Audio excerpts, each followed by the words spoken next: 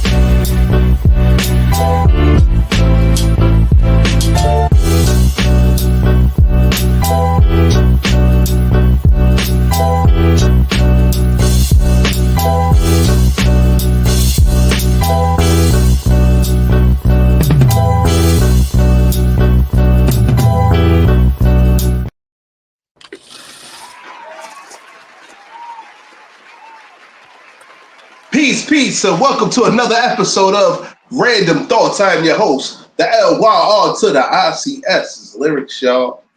Yeah, it's a beautiful Sunday. NFL is back. Football season is back. Last time I checked, the Buffalo Bills are tied with the Arizona Cardinals 17 in third quarter. I don't know what it is right now, but yeah, you know what I'm saying? But I do care. You know what I'm saying? Shout out to all the NFL fans, whoever playing Madden, all that. You know what I'm saying? Crew, what's popping? What's going on? Yeah, as you can see, we're down the square. You know, usually be like, yeah, you know, but Stephanie Gale is unable to join us today as she is rocking a music festival.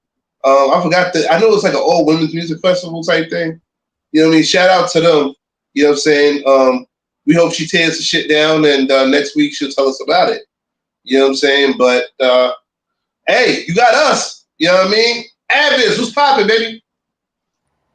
What's good, y'all?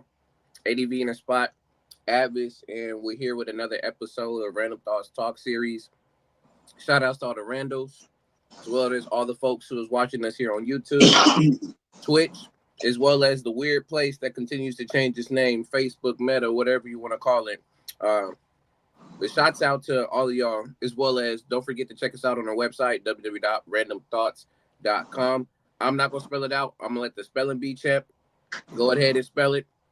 And other than that, it's been an extremely hot week. I don't understand it. It literally has been a heat wave over here with no type of breeze. Welcome to our world. Ridiculous. Because tomorrow it's supposed to start getting hot tomorrow. You know, like in the 80s and shit. I don't know. We've been having real on and off weather here in New York City. Like, it's been crazy. But like California, from what you're telling me, it's also crazy. So again, I don't even think that the weather patterns right now are definitely not the same from what that course they used to be years back. But it's not making much sense to me because it's already towards the end. I know September will be done with this summer, but come on. Nah, that's a fact. That's a fact. Ramos, what's going on, man? What's going on? Countdown to the last episode, everybody out there. The next one is the last for the season. Yeah, next week's the season 6 finale. Yeah. Smart. So if you haven't marked it in your calendars, do so. That's it. Yes. September 15th will be our season 6 finale. You know what I'm saying? For those who's been sticking with us, we just want to send you a special thank you. You know what I'm saying? To the haters, I just want to send a special keep hating. You know, as you keep being a hater, you make us greater. Thank you. Thank you for the hate. It's like Hulk when he gets hit, but with hate. Keep stronger. You know what I mean? That's it. You know what I'm saying? You're the hate Hulk. The hate Hulk. Let's jump in the house. Negative influence. He needs the negative energy. Hashtag the negative. Yes. Well, really, here it's the fuckery, but you know how it goes. Shout out to all the randos. You know what I'm saying? Otherwise than that, let's jump into house cleaning, man. Want to give a belated happy birthday to my dog, DJ Black Tie Fair. You know what I'm saying? Also want to give a belated happy birthday shout out to my homeboy Howard. You know what I'm saying? And as usual, well, also happy belated born day. Well, actually, happy born day today to my homegirl Dale. She's married to my boy Makai Lee, who used to be known as Hired Gun. You know what I'm saying? But now he's just Makai Lee. So, happy born day, Dale. You know what I'm saying? We hope you enjoy the day. Otherwise, sorry if I forgot, but as usual, happy born day to everybody on my Facebook friend page whose born day is this past week. I mean, that's all I can say. You know what I'm saying? Oh, yes, happy born day, Shan P. Yeah. I think Shan P born day was what? This Wednesday passed? Good question. I don't have Facebook like y'all or Meta. Yeah, you do. You just don't check it. Yeah, because I don't have to sign in for that. It's going somewhere else. Going with the wind. You know what? You're right. It is going somewhere else. But I mean, listen, you already know how that goes, man. So, you guys got any birthdays, rest in pieces, anything? Nah. I have something on a music tip, but nothing like that. Well, what's up on the music tip? All I gotta end up saying is I'm surprised, but also I'll just say this: congrats to Linkin Park for actually continuing to make their music. They ended up coming back from their 7 to almost 8-year hiatus, and they have a new vocalist as well as a new drummer. And they dropped a song, I think 2 days ago, and they did a concert 2 days ago as well. So, shouts out to Linkin Park. All right, cool. No problem, Shan. We got you over here, man. Like I said, once again, shout out to all the randos and all that. You know what I mean? Yeah, like, guys, all I have to say is, what I'm going to say is, as you guys know, we have a PayPal account. You know what I'm saying? Usually Steph will put up the information, but, damn, I can't even do it right now, but if you guys still remember it, or if you want the information, you can look on the last week's episode. We are fucking terrible. Or the website. Or the website. You know what? Better yet, go to the website, randumbthoughtz.com. You know what I'm saying? I usually would spell it, but I don't feel like spelling it right now. But anything, I don't care though. Not today. My brain is mush right now when it comes to the spelling. But anyway, anything that you can donate, please donate. Remember, we do this out of pocket. You know what I'm saying? We love doing this. You know what I'm saying? We love entertaining you guys and all that. You know what I'm saying? But anything is good, man. You know what I'm saying? And also, remember, part of those proceeds go to the Ramos Retirement Fund, where all he wants now is a cup of coffee. What can we go lower than that? I don't know, man. Bag of chips? Bag of chips? I was about to say, bag of chips is almost expensive as a coffee. Yeah, bag of air, half air, half chips. That's what we get. Yeah. You know how much the chips cost now? The chips cost what? The wines is $2.25 for the small ones. $2.25. No, the big ones. $2.25. I'm talking about the small ones is 75 cents. Yeah. So you want 50, 75 cents? Bomba crack. What you say? He just wants 75 cents. That's it. Okay, yeah. So part of the proceeds, which would be 75 cents per proceed, will go to the Ramos Retirement Fund. I don't know. But guys, you guys are ready. Be ready, right? Yeah, let's do it. It's cool. So we are ready to let the fuckery commence. Let's get it. Warning.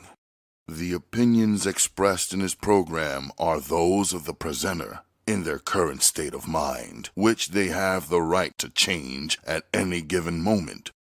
The iRant Network and the members of the Ranters Union are not responsible for any claims made. All opinions and train of thoughts are welcomed here and protected by the First Amendment and the Ranters Union. All commentary, criticism, news reporting, research, teaching, and or scholarship of copyrighted material is protected by the Fair Use Act under Section 107 of the Copyright Act of 1976.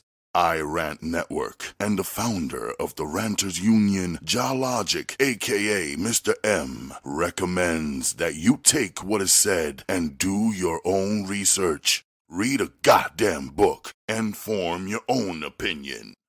Furthermore, listen carefully to the ranters rant and debate their opinions and form your own conclusion. Thank you for watching this member-supported program, powered by the Ranters Union and produced for the iRant Network. Good day. I don't care how many times you're gonna tell me that there's another guy doing that. It still sounds like Ja to me. But continue. Yo, we literally just came back and you said that. Like, yo, you. Oh man, you funny, man. Yo, now we're back. Okay, like, oh man. So, yo, you caught me off guard with that. I swear. So. Today's episode is episode 6-21. And what's that? TikTok brain. What was it? Oh, yeah. The decline of our attention span. See? My attention span damn near messed up over this shit. Like, but, yeah, I will say this, man. Like, see, there it goes. TikTok, it's like one of the, like one of the hottest apps out right now. You know what I'm saying? Even though they're talking about like taking it out of the U.S. or whatever, or getting the U.S. buyer. The last time I heard, they were trying to get a U.S. buyer or something. It's a whole bunch of stuff going on with TikTok. But I will say this: it is a very addictive app. Depending on what you're trying to look for or whatever. Like, I'm not talking about just the TikTok dances. Like, there's a whole bunch of shit up on there on TikTok. And the content is crazy. You know what I'm saying? Once again, this is not a diss video. It's not a TikTok diss video. All right. Shout out to everybody that's, on TikTok, that's getting it from TikTok, all that. This is not a diss at them. You know what I'm saying? It's just, we're just being honest here. Like, TikTok is it's addictive as hell. You know what I'm saying? Like, there's so much content. Like, one of my favorite content creators on TikTok is Smooth Jasmine. Shout out Smooth Jasmine, Jasmine J. Like, she does a whole bunch of TikTok dances, but she does like some like funny content, funny material as well. You know what I mean? Shout out to her. Shout out to Maya Pie. You know what I'm saying? Shout out to Brooklyn Tay. You know what I'm saying? Brooklyn Tay, she's like, I followed Brooklyn Tay first on YouTube. I knew her from YouTube when she used to do like, what do you call it? Like mukbang videos or whatever with her former partner. That was like, what I would say sometime in the 2010s or whatever. Dang. I want to say like late 2010s, if I'm not mistaken. So she's been on for a while. She's a vet, in the content creator game or whatever. So, but guys, like, I do have to ask. I guess you could say this is a roundtable question. So, like, what are your feelings on TikTok in general, from your personal perspective? Eric, let's start with you, my man.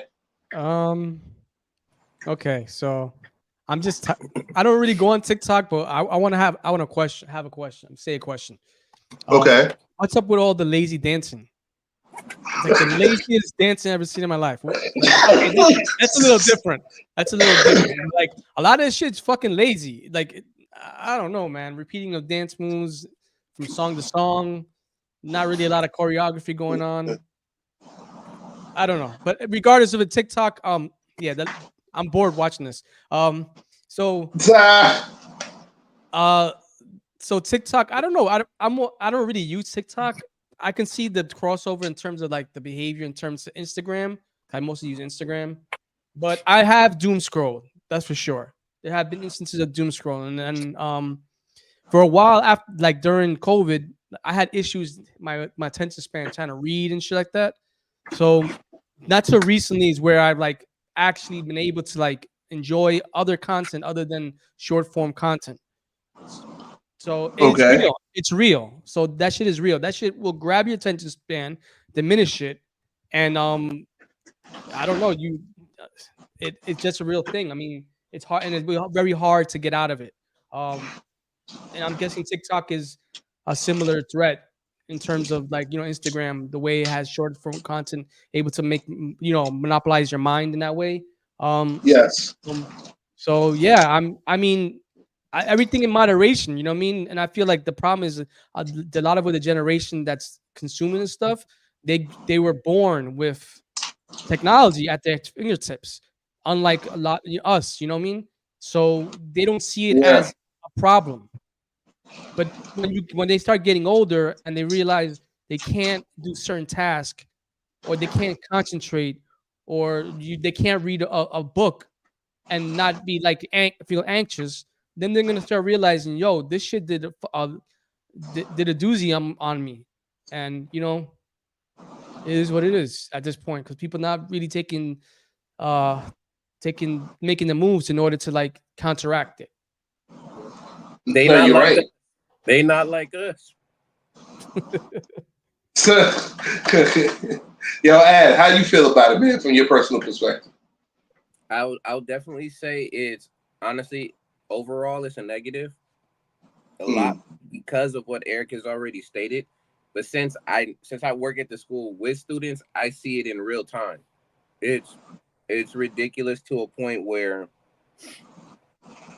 on multiple occasions telling and directing students is almost like we have to say it 10 times plus over just for someone to get it. And I know they're still kids, but it shows how influential social media is because that's what's keeping their attention, even if it's for like 5, 10 seconds, and trying to do anything either long form or again, some of these kids stay in classes for literally an hour to hour and a half, and sometimes there's no breaks in between that. Now, how do you expect them to stay calm still and actually focus if literally they're so used to short form content that's at the tip of their hands that they can switch at any point in time that they lose interest? So plus there is, as much as we can end up saying that there's place guards for verifying age and stuff, there's so many ways that, again, kids can still get around to that, and then they end up getting into content that they shouldn't be seeing, and then they start bringing that around other kids who haven't had or seen content like that, and then they start being engaged and influenced into this stuff. So it's, again, we talk about parents and making sure that parenting and they're really on there, that the foundation set at home. But if it's not, it's, again, it's bringing that also to the schools, which is influencing other kids overall to a point where, yeah, for me, I understand it's a place and space for the kids to be able to look up and find some stuff and they can actually learn things at times, but I will say it's more of a detriment because it's not used that way. It's more of a tool of distraction versus education. I agree, 100%. Like, well, from what I say, like, it's easy to make money on TikTok as well. Well, easier than, I would say, no diss to YouTube, but like here, or like I would say any other app that you can make money. It's the rules are pretty simple, but the thing is you have to be consistent.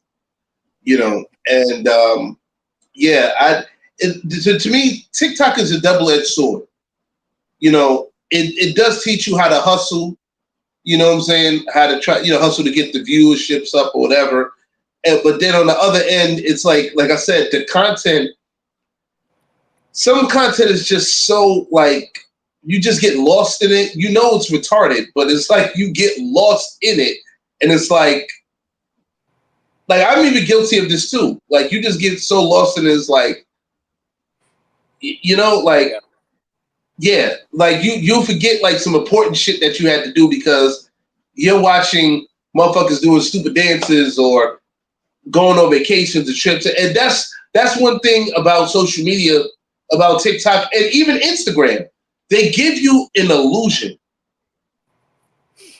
that, okay, I'm going to this island or I'm going to this place. If I could do it, you could do it. Get your money up. Yeah. I'm going to say social media is even responsible for the way how men and women, like, you know, the decline of like actual the decline of relationships. Yeah. Like, monogamous relationships, especially within the African American community. I mean, this shit goes deeper than just, TikTok brain or the decline of our attention span. You know, I mean, if you really can. I just had a thought. I was thinking. What's up? So you and me are from, like, we're close to age, as a little younger than us. But do you remember at one point there was an epidemic of people being diagnosed with ADD and ADHD, and they were so it was around your time too, Ed. So I feel like even autism. Yeah, but like I'm primarily those because those are chances span or like in terms of learning help that diminish like their ability to learn or concentrate. So I feel like this current like generation, like it's exponentially grown where like their attention span is so diminished. They can't concentrate on like reading a paragraph. That's crazy. Eric, it is. I'm gonna tell you this. I haven't looked up the statistics on it, but I know it used to be like 1 in maybe, just for the lack of better words, it's probably 1 in 100, but I'm gonna look it up in a bit. But I can tell you now, at this point, it's almost down to maybe 1 in 20 or maybe even 1 in 10. Like 1 in 10 students might show and exhibit behaviors that are ADHD like. So my question to you, that because you work with children, how do you direct or like not direct? The what I'm trying to say is, how do you orchestrate an environment where children can concentrate when they're all, it's like, how's it? I'm saying it's like a bunch of Mexican jump beans on a pot. So how do you like control that? Because they're all jumping on their own speeds, like, you know what I mean, through a room and doing their own thing and on like another level, like in terms of space. How do you like harness that? I mean, I'm just curious because I would go crazy. I'll say this, and it still rings true, no matter who, what, when, where, an old you are. Relationship building, rapport building is vital. And the reason why I say that is, even before you even get to know anybody, of course, you're going to be skeptical of knowing who this person is, what do they do, and things of that sort. It's the same thing with students. They're not confident, and they're not completely sure of like who is this teacher, who is this person. But as they get to know you and you get to know them, that's where you start to figure out how you can work with the student. But yes, that's going to take time. I give it up to the teachers because of the fact that they're working with like 30 plus students in a classroom sometimes. And all I do is, if at most, maybe I work with, if I do a group, maybe 5 or 6 students at once. But I think once I've been able to build rapport with the students, I've gotten a better understanding and understanding of how they work as a person, and then also who they hang out with, so that I can have a better clue to then how do I provide support. Because there's been times where they know they have to, lock in and get their work and stuff done. And I'll say this though, they are very aware of what's been bothering them, what's holding them back, why they can't do certain things. A lot of the kids are very aware of that. The thing is, they're still a kid, so then they still want to, do their thing, still act up in certain ways. But to be able to facilitate something like that, Eric, the teacher really has to pay close attention to not only the needs of the students, but be able to, facilitate, classroom environment that's at least helpful for both learning and leisure at the same time. It's like, why leisure? Well, so then the kids can understand too that there's also time to learn how to take breaks, because yeah, these kids are gonna need a lot of breaks. But I've seen it work. I've seen it work in a number of different classrooms. It's just, again, just being able to cater to the needs of students. And I'm gonna be very honest with you too. There are a lot of students, especially at the school that I'm at, that they either have an IEP or a 504, which basically these are accommodations because of the fact that there's some type of, you know, issue that is blocking them from actually being able to learn, or some obstacle towards that. So there's a whole mixture of stuff, but it can be done. It can be done, but it is a very hard fought battle day in and day out. So what tends to happen in terms of like the extreme cases?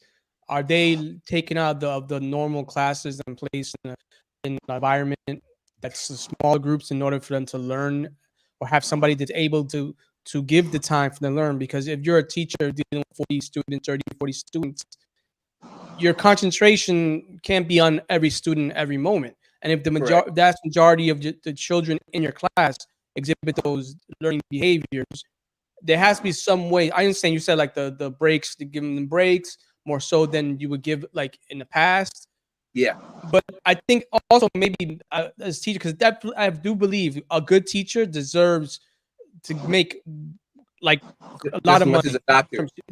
Yeah, a great teacher. I'm not talking about like a shitty teacher that doesn't give a shit. I'm talking about a teacher who cares for what they're doing and truly wants to teach the children, have children teach. Because I'm going back and remember when I was in school, and the teachers I remember were teachers that found new ways to engage. But it's hard because you're dealing with 45 students, and if they need one-on-one time, then that kind of I don't know how you go about doing that. Now, I'm sorry to cut you off on that, but even teachers, like even and Ed, you could attest to this. Even the teachers get caught up in their little TikTok fairyland, and that does don't, but yeah. No, some teachers don't, but then like I know here in New York City, some of the teachers do.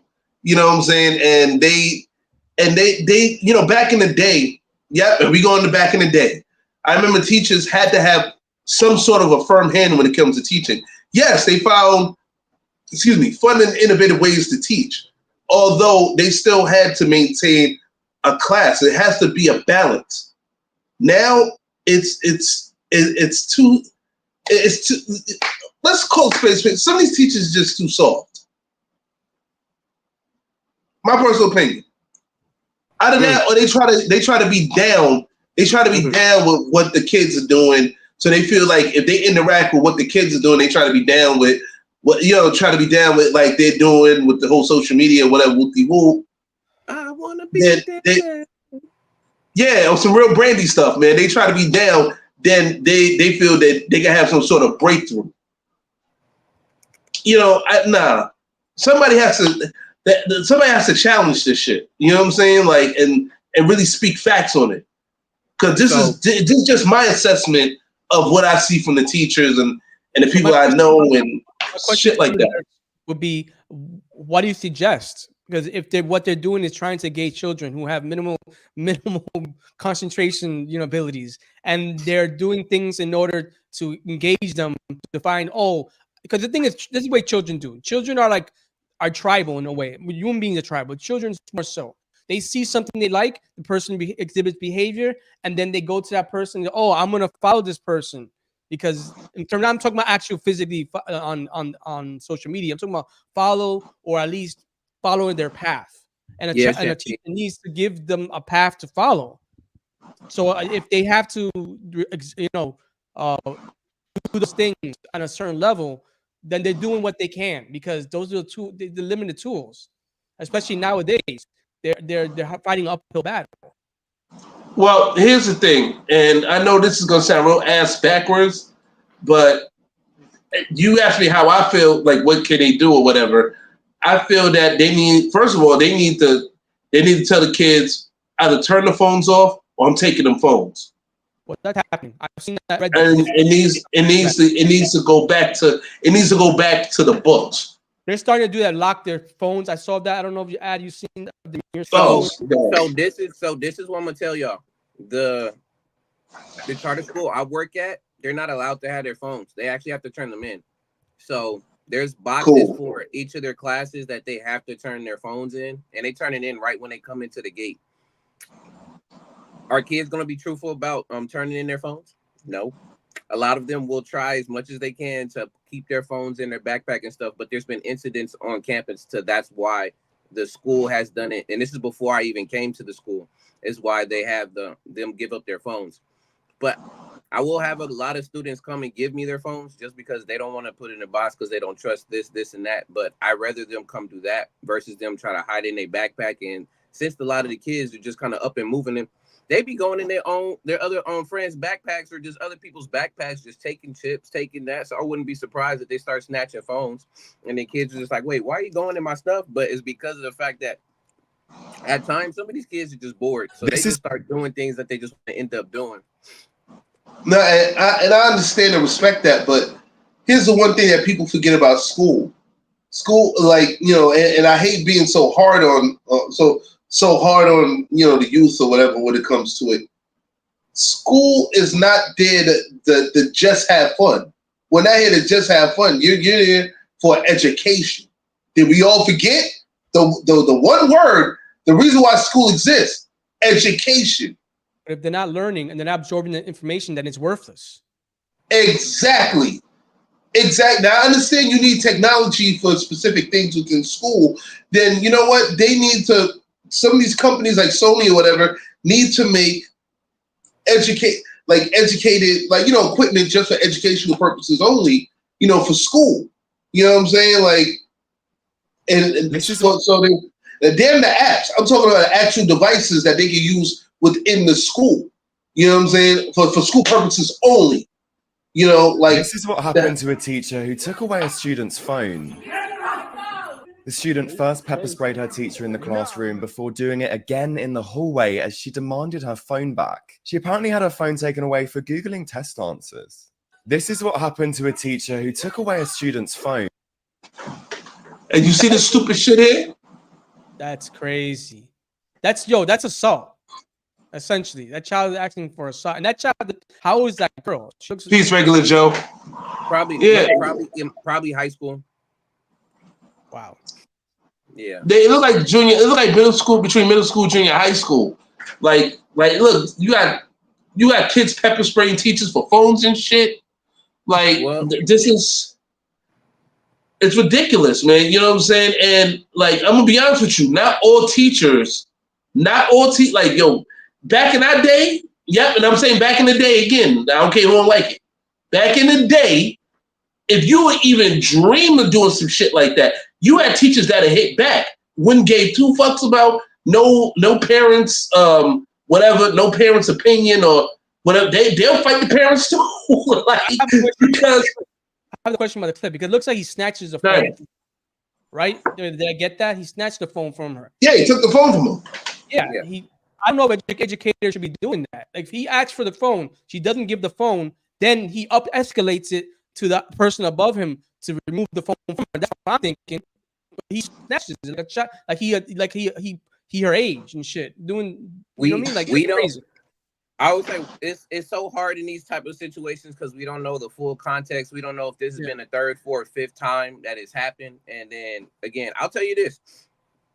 There is a reason why we have especially here in California and then where I'm at in LA, why we have such a shortage of teachers is because of the fact that they're getting burnt out so quick because they're either not equipped with the skills or of course their patience has wear so thin when going through programs. Because I can tell you this, even me going to go get my master's, it felt like I had to jump through a circus hoop to get to this hoop, to go to that hoop, then pay for this, just so that I can end up getting a credential to try to start getting minutes. And then because of what happened with COVID, it literally just threw all my things in out of the window to a point where I was just like, man, forget this. I don't even want to go back and get this because I just literally been doing this, and this, and all of this. And I even got to the spot just yet. So there's a lot of things that are deterring teachers from actually not only just caring about being at the school and really wanting to educate kids, but even in their mind now it's just that I'm just trying to live to survive. Now, what can I end up doing with this? So it's like the teachers having to deal with their own inner turmoil of literally life. And unfortunately, they will bring it to school sometimes. And if a kid hits a certain button, I'm not saying that it's correct for them to do it, but they may not just be mentally prepared for that day and they just ready to go. And they might just do something that they're not used to doing because of the fact that like it was just not their day. A North Carolina substitute teacher and student are both charged with simple assault after a fight in the classroom. And this happened Monday. School officials say the incident stemmed from an argument after the teacher confiscated the student's cell phone. The video shows the student complaining that the substitute teacher did not keep anyone else's phone. Then the student appears to attempt to grab the phone from the teacher's hand. The two argue that the confrontation then gets physical, with both swinging and at each other, and the substitute teacher ending up on top of the student. The teacher received a written promise to appear in court and was released. Yeah. Oh, wow. Well, there it is. There it is. Shit. What the fuck? No, but listen, back in the times. Sorry to cut you guys off, but back in the times where I went to school, shit like this actually did happen. Like there was a couple of teachers that they was taking no shit from none of us. You know what I'm saying? And I'm not saying to bring that type of shit back, but there has to be some sort of discipline in order. Discipline in order. It's too many soft teachers nowadays, man. I'm sorry. I got to. She beat her like she stole something and then beat her again. I'm not laughing. I don't mean it. But guys, you got to take into consideration this shit with TikTok and the phones in the class. Like there's a time and place for everything. When you go to school, either turn your phones off, put it in your book bag, or leave the phones at home. You know, I understand. Like parents want to know where the kids is at, but parents are also to blame for this too. You know what I'm saying? They're not exempt. There's an issue because the thing is like it goes. What's up? The whole thing is, all right. I understand that potential to have a phone is distracting, or they can be used for example, like in that situation, cheating, like or ChatGPT or whatever the fuck you're using for. But like, you know what happened recently? We saw a shooting happen, right? The shooting recently happened. Oh yeah, I heard about the shooting. So potentially the phone, have a child having a phone, potentially could save lives.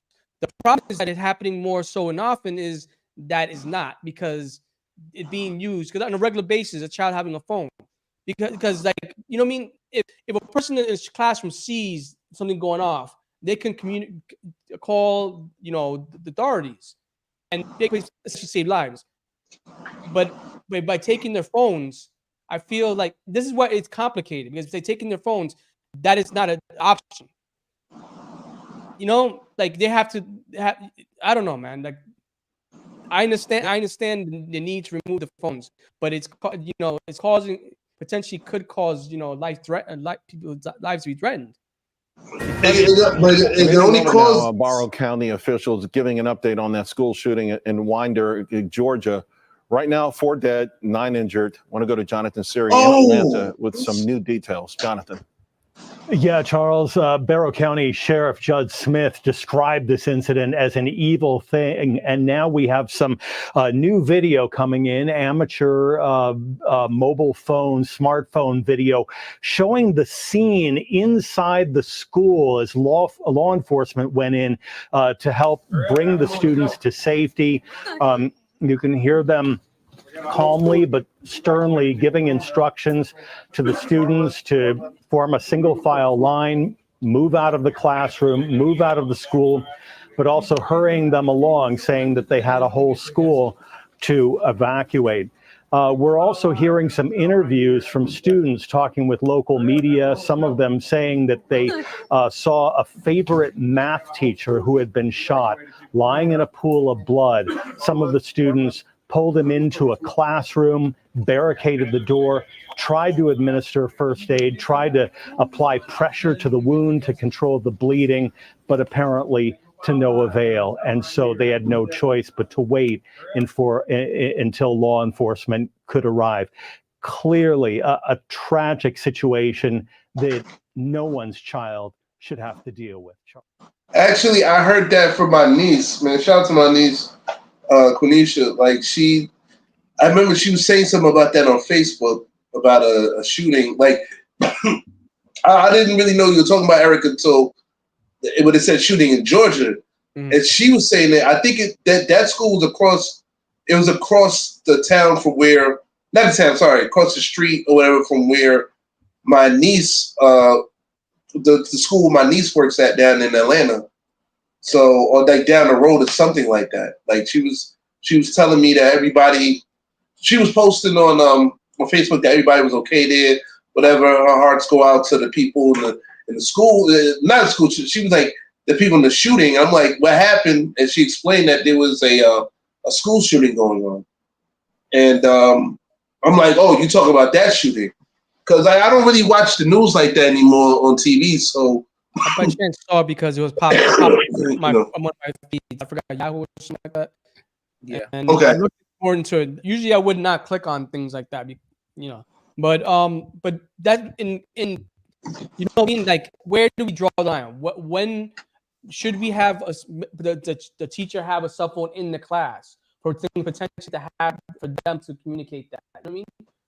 Do we rely only on the teacher? Do we, there's all situations where I know that they started giving guns to training and giving guns to teachers. That was I think it's like in Ohio or some shit like that, like in one of them states. Those be the same situation where a teacher has a gun and a cell phone that is administered by the education board or the school, so they can communicate those things. But there is a big problem with learning and concentration in school. You see it. You see the way young kids behave. They can't concentrate on things more than 2 seconds. You can speak to one and you're like, and when a child can't, I know a person that's young. Okay, they don't watch TV. You know what they do? When there's a show, they watch the clips that recap the show. So they only understand the clips of the show. How crazy that they can't concentrate on the show, that they need to watch the clips. That's all they know. That's attention span. That's a crazy amount of attention span that you're going to concentrate on a 2-minute clip and can't concentrate on something that's maybe 20 minutes long. So well, 30 minutes in the sense. Yeah, but what I'm trying to say this is entertainment. So imagine when they're trying to learn things, it's probably even less. They're probably like 10 seconds reading something like, I'm bored. Let me do something, or let me bother my neighbor, or let me, make myself entertained by speaking out or whatever. Yes. I mean, listen, I'm gonna tell you like this. When it comes down to it, like, did they say the reason why, like, who shot up the school and the reason why? No, not the reason. I don't think the reason has been out there. You are charged. 14-year-old. That's correct, except for the fact that you are under 18 years old. So I wanted to inform you and make it clear to you that the penalty for the crimes for which you are charged does not include death. It includes life without the possibility of parole, or life with the possibility of parole. The alleged gunman's father also appeared in court this morning. The 54-year-old was arrested yesterday in connection to the shooting. Sources tell CBS News Colin Gray bought the gun for his son as a gift last December. The father is facing charges of involuntary manslaughter, second-degree murder, and cruelty to children. The judge told him he could spend up to 180 years in prison if convicted on all counts. CBS News has also obtained transcripts from an interview between the suspect, his father, and investigators in May of last year, so before that gun was purchased. The alleged gunman was investigated over posts he allegedly made on social media, threatening to carry out a shooting at his school. During the local police's line of questioning, the suspect was limited in his response. His father repeatedly told officers the two were serious about gun safety and the allegations against his son. Anna Schechter is here with me now in Studio 57. She's the senior coordinating producer for CBS. Fucking retarded, man. Like, I swear. Yeah, that definitely is the parent's fault. Like great. It definitely is. Shit. Why would you? First of all, assault rifle, you got a child, assault rifle for your birthday. Second, on top of if you bought the child this assault rifle, it should only be used in your presence and should be locked up when you're not there or put in a safe place where he can't access it. So, but this dickhead here try to be a cool parent. It's like, oh yeah, hey son, here, keep this AR-15. You know what I'm saying? That's you for your birthday. You know what I'm saying? Then he talks some shit about he want to shoot up the school because he's emotionally unstable. You know, like once again, here we go with this social media shit, this popcorn microwave bullshit. You know what I'm saying? Yeah, I do blame social media for this shit as well. You feel what I'm saying? Interesting that we are blaming social media, and when we were younger, these things were happening. People were playing video games. You're right, but it wasn't happening as frequent. What I'm trying to say is it was happening pretty frequent. But what I'm trying to say is this: that I agree with this assessment, because before, when I was younger, I didn't agree with the assessment. But to a degree, it is affecting their brains. And people don't want to admit it. Yeah, it is. When you put for a video game, you put a child who, I'm not saying all children, I'm saying children that cannot already have issues. They're playing video games, they're shooting people, and they're not affected by them shooting these people. You are creating a situation where their child going to shoot people will have the same effect as shooting somebody in a video game. Now, I'm saying a normal child with a normal brain. I'm talking about a child with issues. And since the social media is creating a similar situation, a fantasy world where they're not emotional, they're not registering. I mean, people might feel that I'm wrong in that assessment, but I really truly do believe that you're giving because there's a population, and within that population, there are children who are unstable, and everybody's getting the same thing. I don't know. Well, I mean, okay. You want to say something? I agree with you, and partly what's going on, and I mean, I wanted to touch on, and you guys were already doing that right now, is our emotional quote unquote intelligence or being able to regulate ourselves. It has drastically changed from back way when, and that's also due to just the changing of times and how things are moving so quick and fast that. Especially too, we're not building families as much either. So we don't even have foundations for kids to even feel comfortable enough to thrive within their own home and society, to be able to not only deal with their own situations and problems, but be guided to know where and what to do. And then we wonder why they start to act out and they have all these different types of, behavioral issues. And it's because of the fact that it's not addressed at home, because parents are out working 14, 15-hour shifts just to make sure that they can end up getting by, to a point where then the kid is literally raising themselves. And the reason why I'm saying that too is I just recently had a conversation with the student that I could tell by his demeanor, I'm like, he's already probably got captured by street life. And I know there's a part of the reason why he is a part of the street life. But he was having a very difficult day. He comes in, then, since I know him a little bit, had him come sit in our office.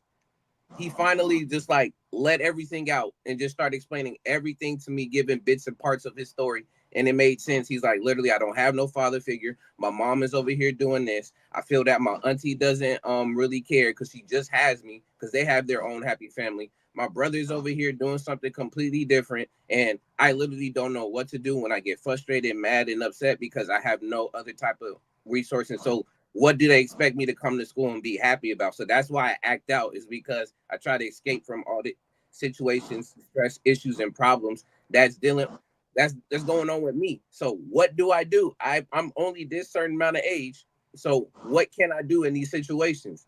So I know this doesn't range for every single, county or city and stuff, because there's some cities that are well off and they have the resources. But I'll even contest the same thing for those particular cities. Even though they well off and have a lot of the resources, there's still students and kids who literally are dealing with stuff at home that we can't even fathom until they let us know to a point. But I'll even say this: as much as people have talked about the whole Maslow hierarchy of needs and debunking some of the stuff, I'll still say that the first layer really rings true. If a kid does not have food, shelter, a place to stay, meet all of those basic needs, they're not going to even want to come and learn in general. And the phone becomes that basic need now. Well, I will agree with you on. I know New York here, they do have the resources, but they peace, Steph, what's going on? We see you. You know what I mean? We hope you turn it down where you at. She said, can't stay long, the reception sucks over here. Yeah, I know. I tried to call you yesterday, man. I couldn't even get to you, but I'll say this, like when it comes to the kids, these kids now, in New York, they have the resources. We can have after school programs and all that, but they deaded after school programs after a certain time. I think it's more of a conspiracy thing when it comes to that. They remember the after school programs, Eric, that we used to have back in the day. I went to a different. I'm not sure the after school, but I went to an after school program. Essentially, that was headed towards college. They were trying to facilitate, essentially, where they would pay for the children. No, I'm talking about when we were kids, when we were kids. I know, but I'm trying to tell you, I had a different. Okay. In terms of He's like, listen. that. So what I'm trying to say is like mine was a little bit different. Mine was they took 50 kids and they facilitated a after school center that would eventually they would be paid for their college. So my thing was called Project Miracle Grow. It was from the Miracle Grow people who plant food. So I'm trying to say my experience might be a little bit different from yours, but go ahead. So I can say if it's the same or not. Okay, well, no, I'm not talking about my experience per se. I'm just talking about an experience in New York City, point blank. Like, remember in New York City, there was a time when they had after school even in the Bronx, and in some of the most dangerous areas in the Bronx back in the 80s and 90s, even with the crack epidemic, we still had places to go to be children. Like, if we weren't playing in the street, we had, like, after school, we had after school programs where they would help us with our homework, where, we either went to the park or we went to the gym to play ball, or it was always something to do. You know what I'm saying? We're pretty much the same. Yeah. I'm not sure what's going on in the schools right now. If they've taken away funds for that, because they're removing funds for everything. Yes. They did that a while ago. They did that, I think, even before the 2000s hit, if I'm not mistaken. Or during the 2000s, at least in New York City, they claimed that they didn't have any funds to keep the after school programs going. And I remember there was a couple of people that I was, through third party, I was associated with through third parties. They tried to open up their own after school programs or whatever, for kids once they seen the after school programs closed down. They took their own monies, those who could afford it, to open up those, and then for some, okay. They're letting you know that's what happens when we don't have any type of resources for kids and stuff. Yeah, they join multicultural gangs, and that's crazy. No, I was gonna get to that. Like, this one woman I know in particular, she opened up an after school program in the Bronx, and within a couple of days after it was done, these kids started vandalizing the whole place. Like, they tore it down. Then she did like a Facebook Live where she showed the place, and that's lyrics after school program. Wow. She tore it down. Sorry, they tore it down. She went on Facebook Live, started crying and all that, and showing the damage. And I felt for her, you know what I'm saying? But she actually, she got back up, she rebuilt, and I think they tore it down again. And then she moved it to another state, I think she moved to Brooklyn. Then she just moved out to another state. was like This she place just where was this place exactly? Like in a where? Like a facility? It was a facility. yeah, it was after it was like a special after school program. Yeah, and it was a building that she was renting out. You know that and she was why paying rent for it. So why is my question is she's renting it out. So the first time it happened, the building didn't have no security system, or like I don't get that because if it happened once, it happen again. You would think they put in things in place for now. Eric, you know that, and I know that, but obviously she did. I don't know. Like I don't get that, but I feel bad for her. She was trying to do a good thing. So my question is, are there? I remember hearing about or seeing rec centers. There's no rec centers in the Bronx anymore. There used to be a lot of them. Yeah, I know. Like that's when they were Mr. RJC78 piece. What's going on? That's when they were taking money. That's when they were, what was it? They were shutting down the money for those centers because those centers were like government funded in a sense. Shan said, "See, can't be nice. The motherfuckers because they tear stuff up that's supposed to help them." Yeah, Shan, Well, you're right. I'll say this. Yeah, they were. Go ahead. Right. It's because it's also a psychological thing that's going on there. Like I said, there are a lot of the students, a lot of kids nowadays are emotionally disturbed, and that also is a testament to also just even adults. Again, we talked about kids raising kids. I'm showing you like the foundation of family and community is very important because then a lot of these issues will be able to be addressed very quickly. But because there's such a breakdown of that, these are all the other many issues that arise from stuff like this. So I know why, at least one of the reasons why kids or whoever is supposed to be, there at that after school program would be tearing stuff down. And part of the reason why they're tearing stuff down is because they are showing in another form that like they're broken, they're run down. So like why isn't their environment echoing how it actually looks for them on the inside?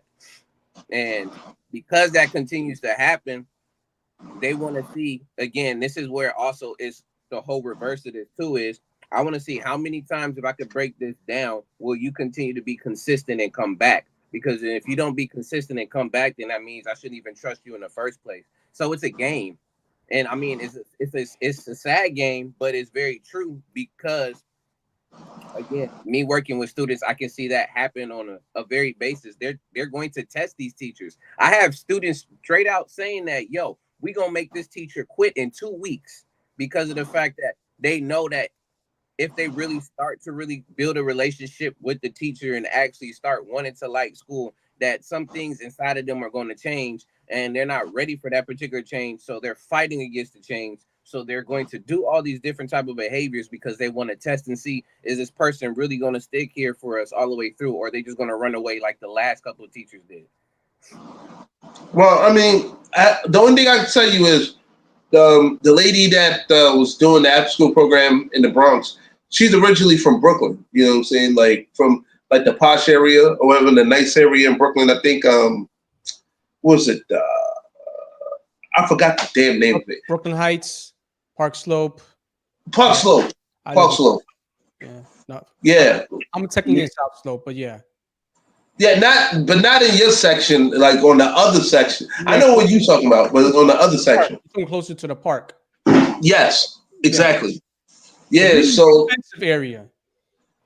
That's what I'm saying. So like the way how she had the spot, it was something beautiful towards those lines. Like she was going to teach kids how to,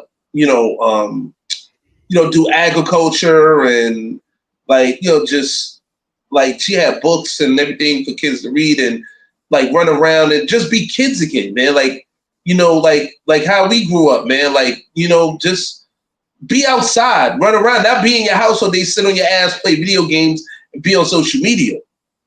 You know what I'm saying? Like that, like, and getting back to TikTok, once again, no disrespect to TikTok, but it has a mental effect on these kids to the point where, what happened?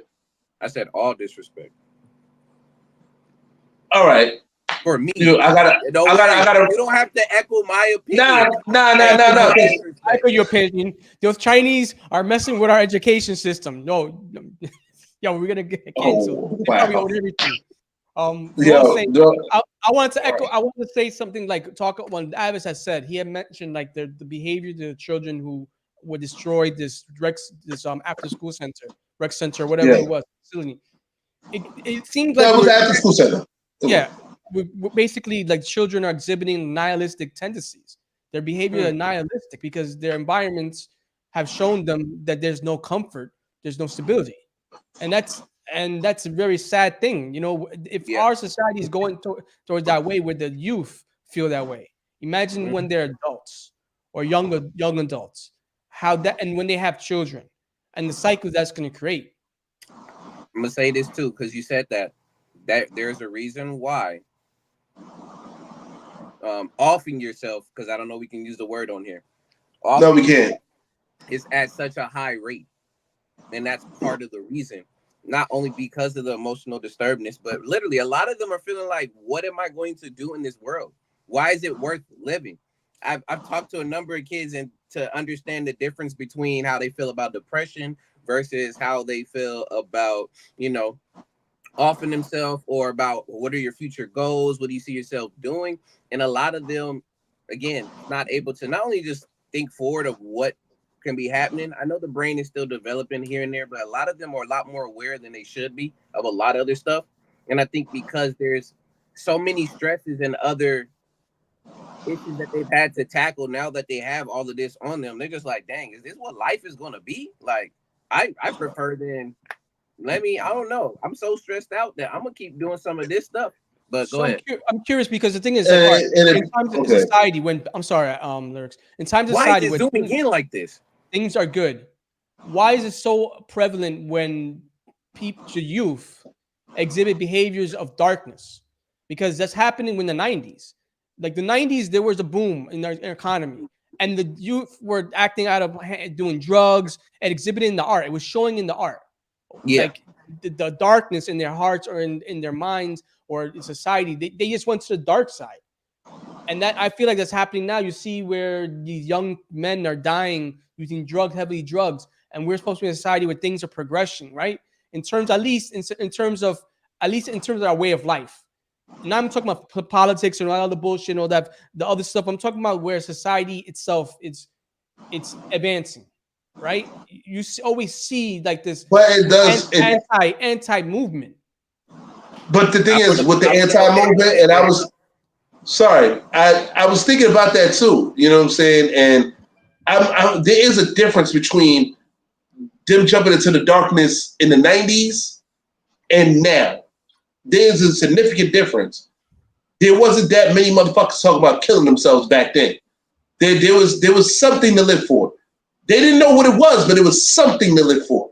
I know because I had friends that actually they were. I had a friend named Brian. Like Brian, he used to be one of those. What do you call that shit?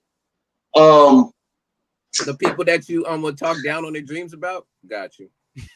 No, not a cop. Not a cop. Like no, like not police. What do you call it? They wear the black nail polish and they my emo or punk, whichever they were both. Yes, he used to be like one of those like emo punk type cats. You know what I'm saying? He used to dress in all black and paint his nails black and do all that. But the thing was, it was more for the aesthetic. It was more for, just he liked the style of it. He didn't really like go, full throttle with it. And he was saying that they believe in dark spirits and not washing their ass and all type of wild shit. Because the most shit I ever heard. Not washing your ass. Demons. You know what I'm saying? Yo, you stupid. I'm not fucking with you, man. Man. No, but this is real. This is real. This is what it was a part of that. You know what I'm saying? But no, like I forgot. It's another word for here we go. Okay, jokes. No, it's another word for them. Like I'm talking about. Not emo punk. Gothic. That's what I meant to say. Yeah, he was a part of that whole gothic circle. So you know what goth I'm saying? is basically emo because goth was precursor to emo. So people who were goth, their children or generation that became emo because it's basically a rebranding. Mm-hmm. Okay.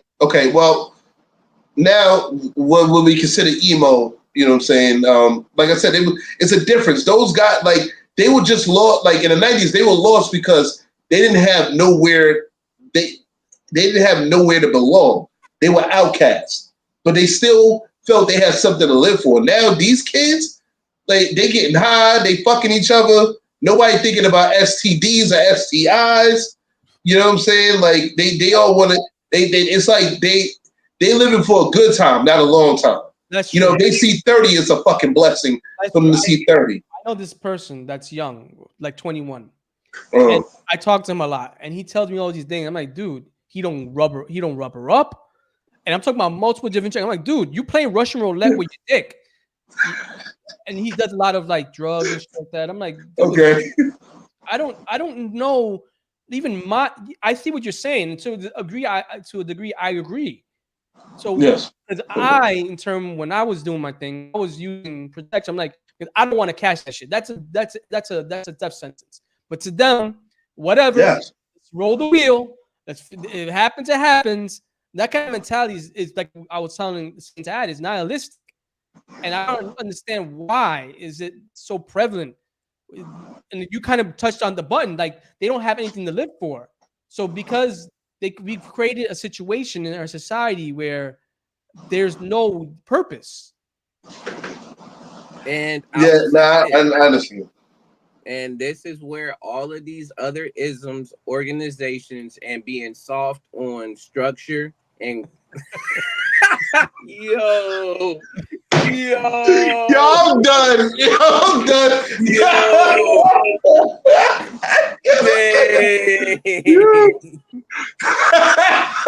It's the LYR to the ICS youth program. Teaching children how to wash their ass. Wash that ass. Fuck it though. Yo, hey. That's fine. I'm team with it. I'm team with it, yo. Let's get it. Wash your ass.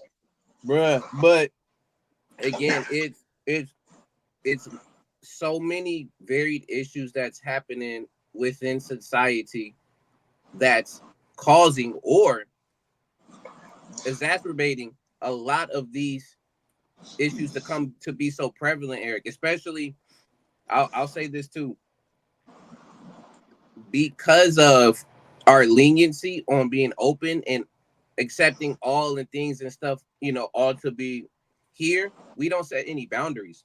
And I think we're forgetting about learning how to set boundaries. I've had to not only talk to students about that, but also adults. It's like, it's cool. Everybody can have their perspective on whatever they have, but we got to set boundaries because it's going to get to a point where then people are going to push for one side and then start getting upset why that one side is also getting pushed off of the cliff. So things are becoming unbalanced. So I see it too as the microcosm, so the smaller aspect of the schools and all these different communities is also is just basically influenced by the macrocosm what's happening in the world, because we're all taking notes of what's going on and what's happening. And because that continues to happen, we've missed out on so many steps because we decide not to go from step 1 to step 2. We're going from step 1 to step 10. We haven't even went through the other 9 steps prior to get all of this stuff done. And what I mean by that is, I'm thinking of that youth program in particular. Usually when programs start off, they only capped at a certain amount of kids and students to at least have a trial run. It seems like we start a program, all right, we're going to have 100 plus kids in here. Why don't you just start with 10 and kind of see how that goes? Because then you're going to have to manage and have a certain amount of people, because the ratio now, especially of workers or, program leaders to students right now, I think it's about 20 to 1 at least out here.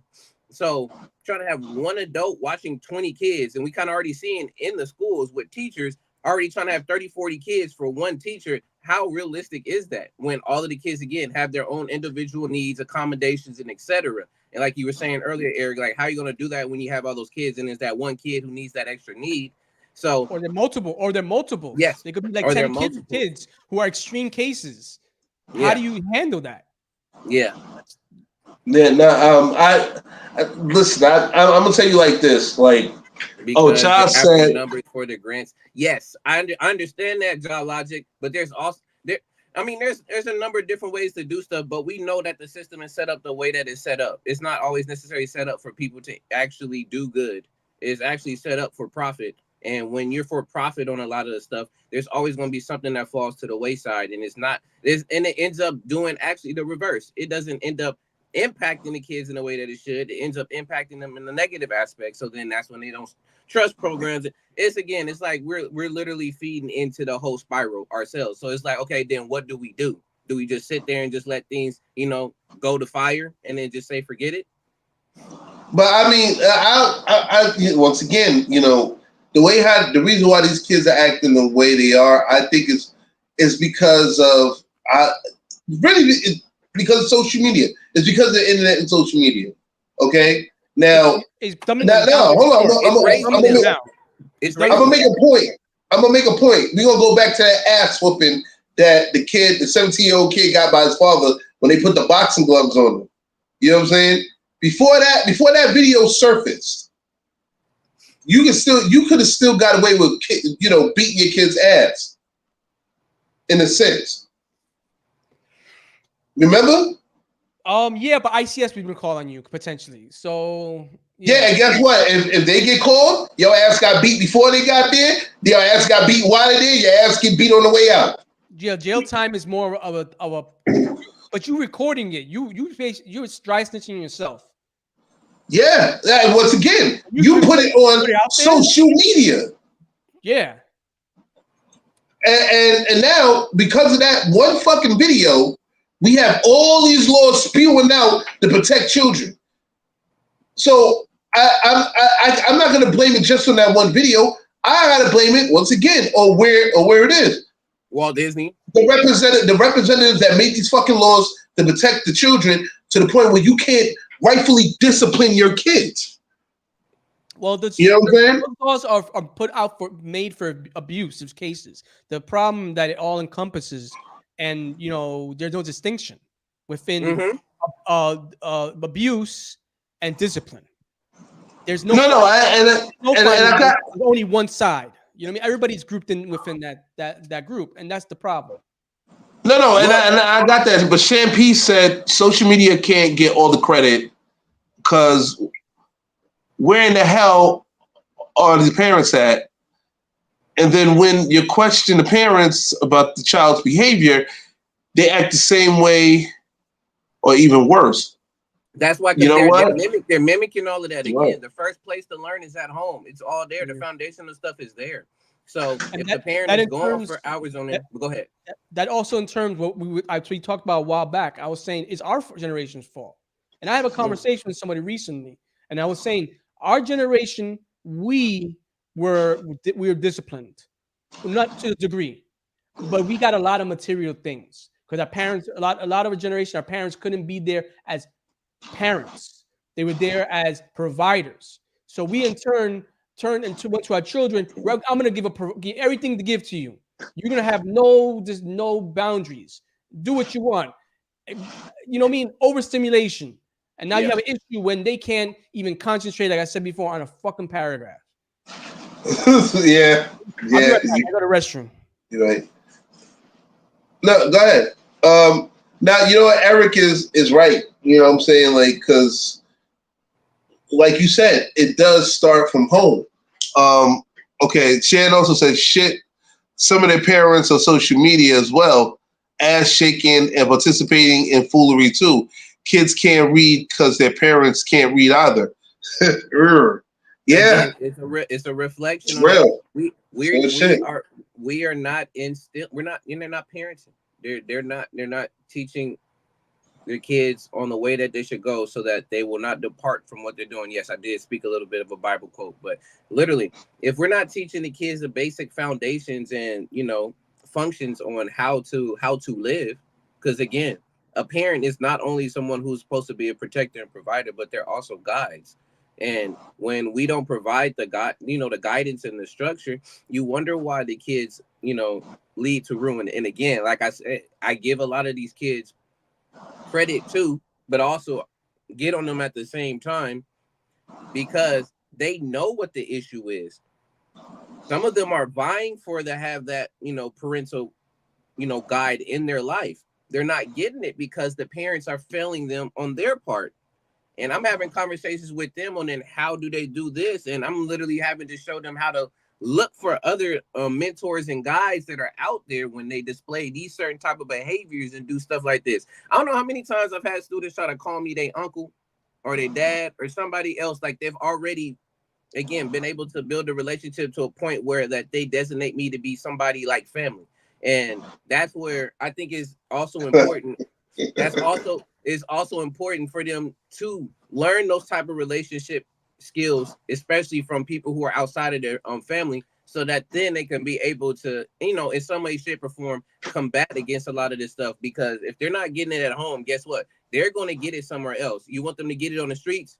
You want them to get it from social media? Or do you want them to get it from... You make a great point. It actually reminds me of something of how I grew up. Even though I had my mother and father, you know what I'm saying? First half of my childhood, I was with my mom's. Second, I was with my dad. But even though I had that structure and that discipline from my father, there was still street niggas that I was still around that I learned from, that they wanted me to get in trouble and do wild shit like them. But I was like, yo, I have a father that if I had come home at night, he beat the black off my ass. You know what I'm saying? So lyrics, you still turn gothic? No, I didn't turn gothic. Imagine I'm good on that. Imagine he is busting your chops today, bro. Fuck it. Yeah, I'm with it. Yo, why not? You know what I mean? Gothic lyrics. Like, I look like the fat Incredible Hulk with that shit right there. Look like the Gamoree that fucked up my body, B. Hey, where'd the mother? Like, you look like the mixture of somebody from one of the Marvel villains, but like I look like the Black Blob with that shit, B. Like, for real. Like, nobody could beat the Blob. I'm just missing a turkey leg. That's it. Fuck it. Chopped cheese. Fuck it. Let's do it. No, but what I'm saying is, like, we're sorry that we're not really straying off, because this is what TikTok actually does. This is the after effects of TikTok in America, at least in America. Because now, let's get to this part here. I don't know if you guys know, but there's a big difference between TikTok in China and TikTok in America. TikTok in America, we know, is a whole bunch of dancing, commentating, foolery. What is it? People that they're like a lot of predictions, stuff about zodiac readings, and people that think they can see into the future. All three of y'all that's on here, to a degree, all of y'all. It's not my religion, but it's like I dabble. I ain't gonna lie. I like getting into it, but not that much to the point where it like zodiac signs on my life. Fuck that. I don't like. You are not going to know my whole life from a zodiac, okay? You don't know exactly that happened in my life. It's not like I go like sun and moon rising, can't go outside. Like, you know what I mean? Like, but I'll listen to it and say, oh, that's interesting. But what I'm saying, what I'm saying here is like, and then you got these conspiracy theorists who swear anything they love, that they know everything that's going on behind the scenes. Now, I ain't gonna lie, there are some. I know where you're going. Content. Huh? I know where you're he going. Knows where you're going with it. Continue, lyrics. Okay. All right, gothic lyrics. Yo, forget you. Anyway, you have some conspiracy theorists that they swear that they know what's going on with the world. They swear they know that you know what you're eating and all this other stuff, and they know what the government is doing and all this other type of stuff. Now, some, I'm not gonna lie. Some people that have those pages on TikTok, it is quite intriguing because it's like the direction that they're going. You know that they're going towards the right direction with it, but they go to the certain ways. The way it's, and then you got people that talk like behind the music on the secret society shit. Like you have a whole bunch of like TikTok in America is a whole mixing pot of bullshit and real shit all in real time. So TikTok in China is a total 180. They talk about academic achievements for the most part. You know what I'm saying? Like they focus on academic achievements. They focus on science shit. They focus on shit that's as positive as positive it can get. It's for a reason, because again, if you're trying to shape and mold a society, you want to see if you want to see the change that happens within the world, you need to be that change. So if we're going to monitor this, all right, this is what I really want y'all to be seeing and doing. So when we talk about social programming, that's one area I'm like, okay, if we're really going to program folks in that particular way, I'd rather program them being able to focus on what is going to be helpful for the society in general. Us being scattered and all over the place is not working for the U.S. Well, working in the sense of course, now we have so many people split. So that means instead of a household of people having one account, now we can have the dad outside of that, the mom outside of that, and them, and we can have 2-3 different accounts. So money-wise, it would make sense for the U.S. But when it comes to at least the quality of living and satisfaction and being here, it's extremely out the window, because we already know, like Michael Jackson was saying, they don't really care about us, and they've shown it time and time again. So on terms of this is interesting, because there's a theory, and it goes hand in hand with this, that Russia at some point back in the past put things in place to infiltrate the youth. And we're talking about your media and stuff like that. They're solely putting this shit out there to affect. So they've been waiting. They've been playing the long game. Why would not China be on the same shit? There's instant right there. They see ability to destroy our society, because what happens is when our society falls apart, their society succeeds, they become the top dog. And though it sounds like a conspiracy theory, it's not basically warfare. It's psychological warfare to destroy society, because our society has been on the top for the longest. You can see the diminishment. You can see when people's focus is on fucking The Bachelorette. This happened a while back, and all that other bullshit, and whatever other fucking the girls, the housewife bullshit. No, it's getting worse now. It's getting worse now. You know how? This is people's priority. You're already seeing where their values and what they're letting into their house. So now, Eric, it's getting worse now. But you know how it's getting worse? Trying to show a point with the beginning. No, go ahead. Sorry. And now where we are, where kids are focused on people doing stupid dances like this for like the whole fucking day, and just like how they doing it? I don't know, bullshit. Like whatever they're fucking doing. This is their fucking focus. Their focus is like zombies, like this shit. Oh, they did it a little different this time. They did this instead of that. Oh, but like, and focusing on that bullshit. What the fuck, man? Whatever society we've gone where this is the focus of the fucking youth. I'm sorry.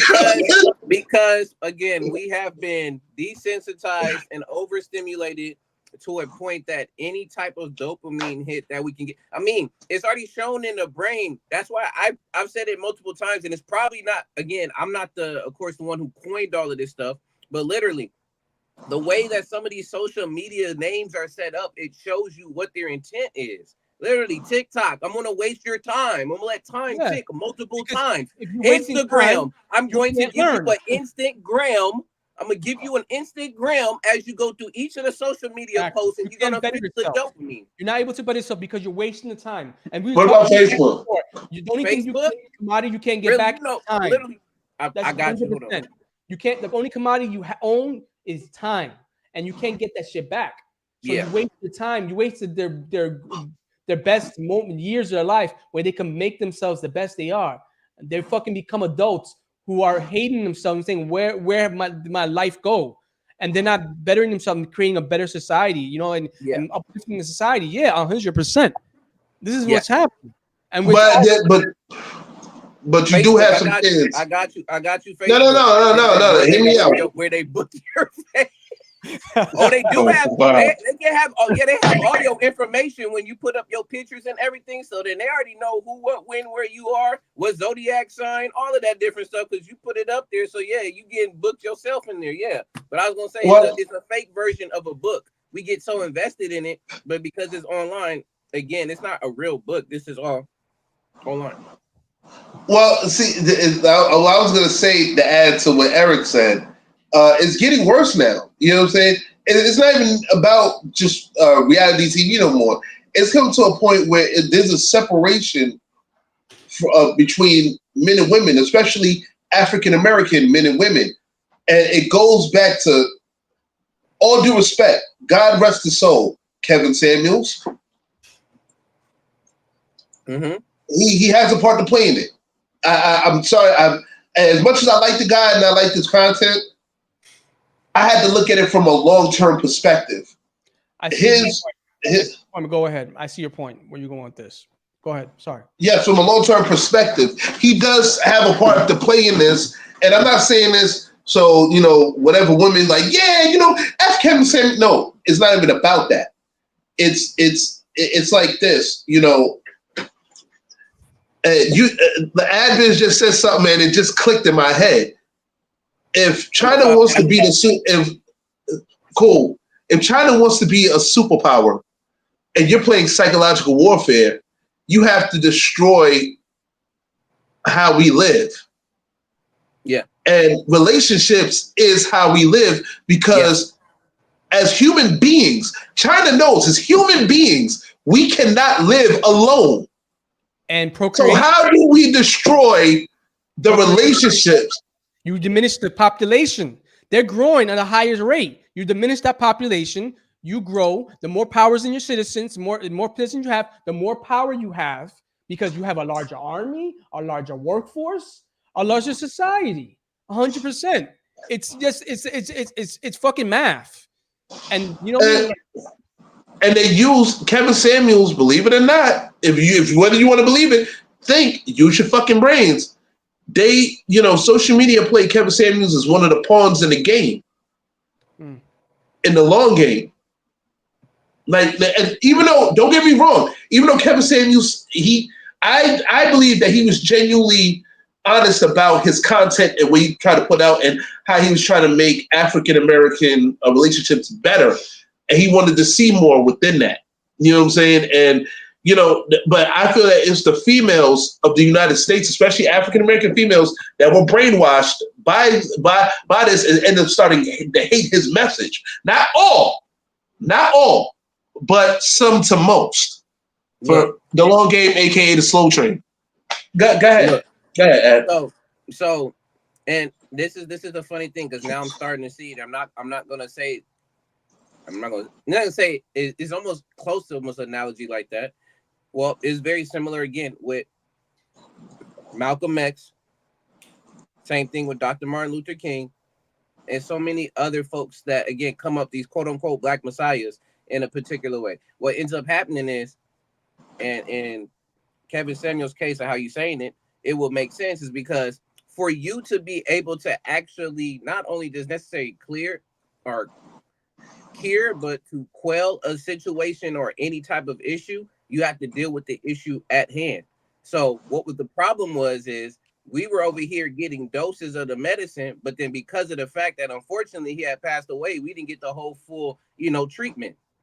And that means also what do we do after this? Okay, we're talking about this stuff. We having a conversation. This is the outlook that we might want to be, but okay, how do we go about it? But it seems like in any of those instances where things like that is starting to be built up before we can actually get to the final stretch in the race, we get temporary kicked out of the race. And now we are literally starting back from square one. So my question is this, because I understand Kevin Samuels, I've seen some of his content, but this is where I'm going with what Lyric said. He makes a sense in me, and where it clicked in my brain is this. He was talking about one side of the equation, but he wasn't talking about the other side of the equation and how to fix the problem, right? Because he was, this is the problem, this side. But then he said, what's the man's problem? Why he is going towards certain in order to build the bridge, in order to fix the problem. I'll tell And you that's this, what Eric. I see the issue that he played, his hand he played in the problem. This is the problem, Eric. A lot of people don't know this because of the fact that it wasn't trending, and this is also to our own detriment. For the first, I want to say like maybe the first year and a half, he was already speaking to men. He was already telling men how you need to get yourself together, how you're supposed to show up, how you become, of course, you know, what they're talking about, Henry, these high earners, or a whole group of different stuff. He was talking to men before he talked to women. And the problem was that wasn't trending at all because of the fact that, okay, that's expected. A man needs to step up. He needs to do this. So our own societal, you know, roles and, you know, perspectives on that stuff was just like, that's just typical. Like, so he's going to talk to men like that. That's fine. But when it went to the flip side and then it happened, you saw how there was a big surge of, okay, now he's going after doing this. And we forgot that there was a whole half that was already being addressed. But because of the fact, and I think this is probably where a lot of content creators fall into this place, especially if, again, you're trying to eat to live, is that even though you want to target an issue and be there to supply and help that issue, sometimes after a while, you have to follow this algorithm. And I'm not saying that like you have to buy into it, but if you definitely want something to happen and to jet off, you end up, you know, buying into the algorithm. And I'm going to say, is that what he did? Is that what he did? In some ways, yes. In other ways, didn't. But it just shows you again the priorities when it comes to society, especially between genders. It shows you. I agree, but the thing is, I feel like I agree with you. But when we started seeing him, people started realizing who he was. It was because he was talking about the disillusionment of women, like the certain type of woman. But there is a disillusionment in certain types of men. Yes, you're right as well. And I feel like, and to agree, you're right. The man passed away. We can't hypothesize on what happened now after the fact. But I think going forward, men like him who do that, they have a responsibility to talk about everything, to fix. But the thing is, sorry to cut y'all off, man. The thing is, like, okay, I'm not gonna act like black men and black women, we never had this pop when it comes to relationships. Media, still all has to do with social media. We're talking about influencers now. Yeah, no, of course, you know what I'm saying. But what I'm saying is, we've been having problems since like from what I hear since the whole slavery days with the Willie Lynch theory, the Willie Lynch letters, and stuff of that nature. But what I'm trying to say is now, just thinking about it, like I said, what Ad was saying about China and the psychological warfare, China's smart. They're playing more into it by just like attacking us through that social media shit. And now it goes past Kevin Samuels. Ooh, pop the balloon or find love. Yeah. Now I'm crossing the fucking line here. Pop the balloon or find love. Passport bros.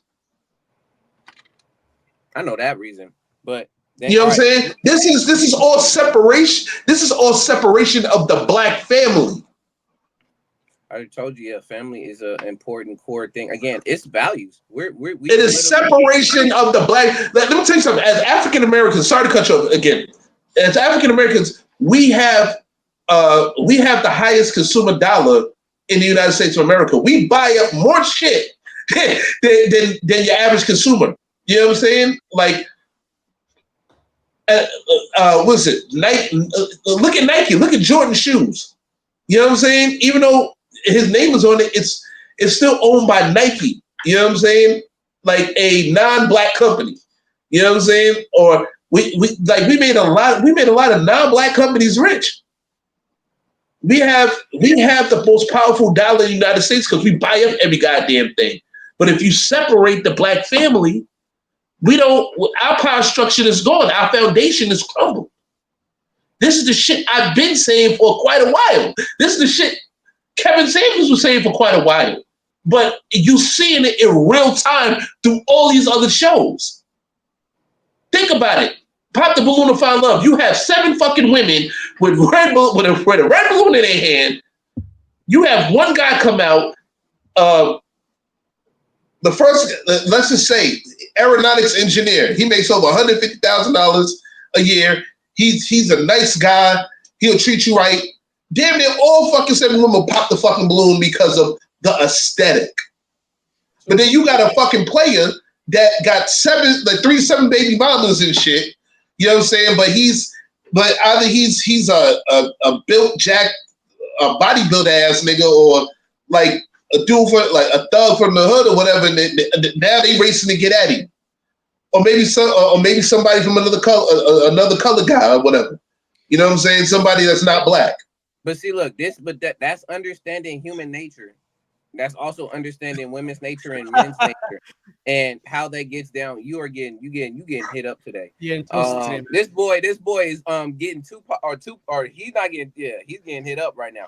But literally, we're at the point where again this whole play and show is we're going back down to the crux of a lot of this stuff is if it's built on family, community, and the society, we're going back to okay, then what are our basic needs? And if we're failing in our basic needs, then literally, eventually, yes, we're going to be conquered because of the fact that we're worrying about all these other different stuff, but we're getting the wrong information because of the fact that we don't have reliable resources because, or we can say credible sources because we can get that from anywhere, everywhere. We look up somebody on TikTok, we look up somebody on YouTube. They said this, then they said that. It got to a lot of he say, she say to a point where, again, confusion is also a part of the pawn game that's there.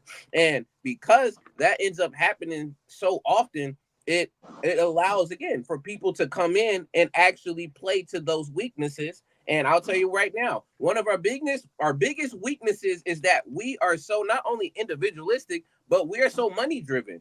So you can have people outside of the U.S., aka you have George Soros, all these other people be able to fund certain things within the U.S. society that actually have an impact that can either negatively change, which most of the time it is negatively change things, to a point where everybody can be bought off. Like, what is your buying price? I know for me, it is priceless. It's not happening. Like, I'm willing to go through the fire and everything to make sure that I stand on my values, my purposes, all of that stuff. But if you ask the next person, if we're trying to stand together, holding up this quote unquote wall together, or building, never mind, don't use wall, this building together, that person comes around and then they're like, okay, I'll give you $1 million if you decide to leave and not help pull up that building, and you can live comfortably in this place here, and versus trying to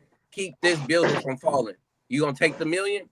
You gonna leave your people hanging? So then after that they can fall to destruction, or are you gonna stand there with them and do that? And because of the fact that we're so not only driven, but it's because we're so focused on getting the bag and getting the money that we'll throw our values all out the door just so that we can have more money than the next person. So then that's why you'll have folks outside of the U.S. paying into this and be like, okay, I see this person perspective. All right, I'm gonna give them this certain amount of money, let them run this agenda for us, and then boom. Yeah. And you can't say it's conspiracy because it's already on record. You can check a lot of this stuff for money. You can see not only from foundations that are, again, funding.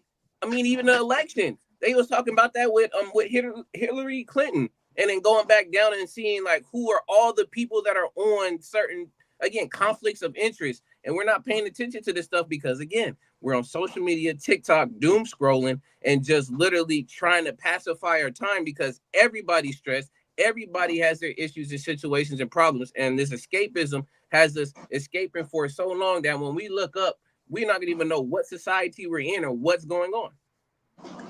Yeah, and you know, it like basically, yeah, like that. You know what I'm saying? Don't get me wrong, I'm not disrespecting nobody no producers, anything, no creators of these shows that I'm mentioning or terms or whatever. It's just I'm starting to see a pattern here. I'm really starting to see some sort of pattern here of the that goes, yeah, that goes beyond human comprehension today. You know what I'm saying? Like I'm starting to step back and like now I'm not gonna lie, I enjoy this content. I enjoy this foolery because naturally I enjoy dumb shit.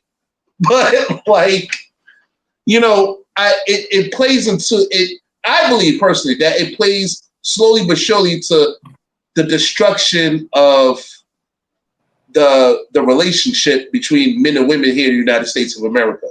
You know, really in North America, to be exact, because Canada kind of had the same problem. So you know, it's interesting.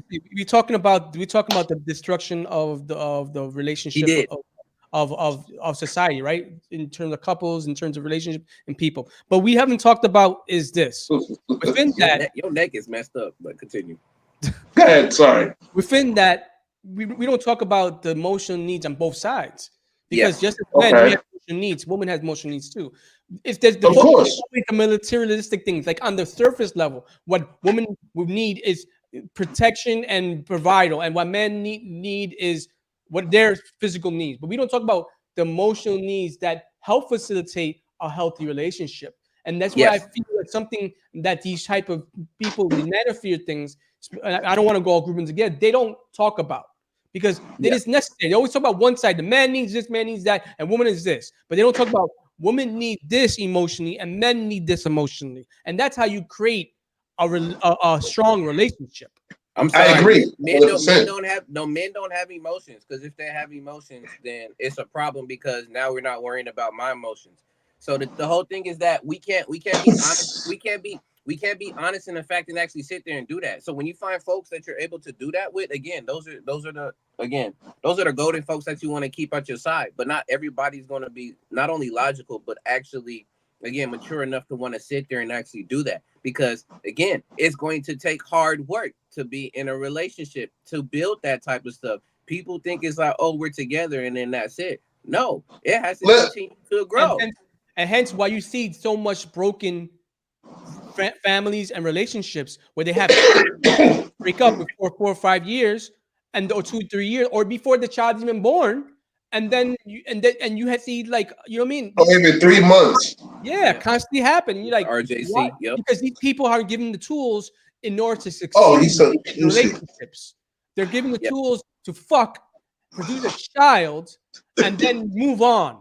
And that's a problem with men too. Men, because you're right. You're right. Problem. You can procreate a seed and move on, and not help grow that seed to a plant. Then you have a problem too. You have an emotional problem, and you have a emotional problem, and you're not mature, because a mature man sows the seeds and help them and waters them, and bring them to fruition when you can grab fruit from that tree. But Eric, I'm gonna say it like this: when it comes to that part of it, you're right up to an extent. Now, everything you just said is right, but when you put the United States government involved in it, let me back that up. The United States judicial system involved in it, when that woman runs to the United States judicial system and put your ass in the child support, and they can do that on a whim. They can do that because the wind hit the left. Hold on, because the wind hit the left side of their ass. That's hilarious. Lyrics. That was my example in my head. Is that the wind hit them on the left side? I'm gonna say their face. Beside that, we're talking about the emotion, because there's the both. We're talking about women. Okay. We're talking about both sides. There's a both. My fault. It's a both side problem. I'm not saying the women don't have issues as well, but I'm talking more on because we have to understand ourselves and know what our issues are, and we can work through them. We can't work through the issue for another woman. You know what I mean? You're right. Sorry about that, Eric. That triggered me, and then I thought about child support. So, I'm trying to say again, our society as a whole needs to fix, but the problem is that nobody's trying to work on themselves. We're fucking biding our time watching bullshit and wasting our time, with this entertainment and whatever have you, and not focusing on fixing ourselves, growing ourselves, fixing our mental health, growing as people, fixing this mind, our bodies, and all that shit. Because they have everybody trying to sell us something, But we're not saying, wait Yeah. a minute, I don't need all this bullshit. I just need myself and work on myself. Yeah. Notes, what up, man? They can talk the talk, but they can talk the talk, but not walk the walk. And that's already been part of it. Again, I'll say this. Attention is one heck of a drug. And that's what people are going to do, whether if it is, you know, positive attention or if it's negative attention. But it's because of that deep rooted need to have a sense of belonging. And when that's not reached, you're going to see people do almost anything and everything just so that they can belong in some type of aspect. I know there's the whole psychology behind, especially with a child. If the first 1,000 days, if the child does not receive like the love, attention, or any of that, you know, those particular things, they're later on down the line going to have some type of deficits when it comes to relationships or just anything in general, because they didn't receive enough of that, you know, attention, love, and care during those 1,000 days, at least from the data. But I mean, it rings true for a lot of stuff. And even elephants, you know what I'm saying? Like, you say cows. Remember, I was using the example for elephants. No, for elephants. You know what I'm saying? No. Like, when it comes to their partners, if they lose a partner, let's say one of their partners get killed, you know what I'm saying, like by poachers or some shit, they literally will starve themselves to death. Literally. You know what I'm saying? From brokenheartedness. Like, you know what I'm saying? They're like one of the most loyal, faithful creatures on planet Earth. You know what I'm saying? A motherfucking elephant. You know what I'm saying? We all can learn a lot from an elephant. I don't give a fuck how much you laugh. It's the truth. Well, you know what I'm saying? Elephant in the room. Again, that's what I think that's also where that saying came from about there being an elephant in the room, being able to address some of that stuff. A lot of it, actually. You know, thinking on what Ad said earlier about the individualism problem that we have in this country, that has a lot, I feel like, a lot in place in terms of relationships. Because if you as an individual always looking at this doesn't benefit me, instead of benefiting the whole, of course you're gonna be an individualist person, get narcissistic, and want to like get yours, and you know what I mean. You're not looking for what's gonna affect or help the unit. You know what I mean? The family unit in this case. I want to be the captain. Okay, I want to be the captain right now. We can't have 2-3 captains. We can definitely. But you can have you can have a tribunal, depending on, you know, a tribunal means tribe, but you know what I mean. Yeah, I know. But see, this is what TikTok brings. It brings like conversations, dialogue like this. You know what I'm saying? Because there's more to TikTok than just, you know, the dancing. You know what I'm saying? But it's really something. It's really something to look at, like the differences between TikTok in America and China. Because remember, I think, if I'm not mistaken, China is one that created TikTok, right? Like, you just said that. Yeah. I haven't watched China TikTok. Also, the great thing about theirs, and this should have been done here, but again, we want to commodify time so much spent on apps. That's why they get their money. There's a cutoff time over there. After a certain amount of time, nobody can log on to TikTok or any of the other social medias. They're cutting off the supply chain. They cut off the supply. I forgot the timing in between, but it's almost it reminds me of like if you live in at a place where there's a lot of people, quiet hours. It's almost like that, but like extended to the next day. So literally, they have a set time of how long you can even be on there, because after. I gotta look again. I wish I could have looked all this stuff up. But after after 7 p.m., nobody on all of China is able to get onto TikTok. It is locked. That's an interesting thing, and I think that should be placed here. A lot of things, they should be. It'll be like hours of operation. Sit. You pass and shit. Yep. But you're right. Here's about selling something. Selling a product, selling whatever, selling something, say buy, and people are on there 24 hours accomplishing nothing, but the people out there who are making the money are making hand over fist. Pretty much, you know, and like we can really this topic of discussion, we'll be here all day. We'll be here all day with this because it's so much to cover. But it seems we got notes in the building.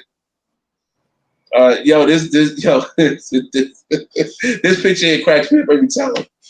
Oh man, yeah. So notes, what's going on, man? Not much, man. Just should I say Barry White Jr.? What up, man? How you doing? You'll never find. He's tired and blind. Nah, I was at the. He was locked up. I didn't have a good. Free my boy Notes. I didn't have a good night last night. I went to the gym at 9. All right. And I didn't leave out of there. It's almost 3 a.m, so I didn't have a good night.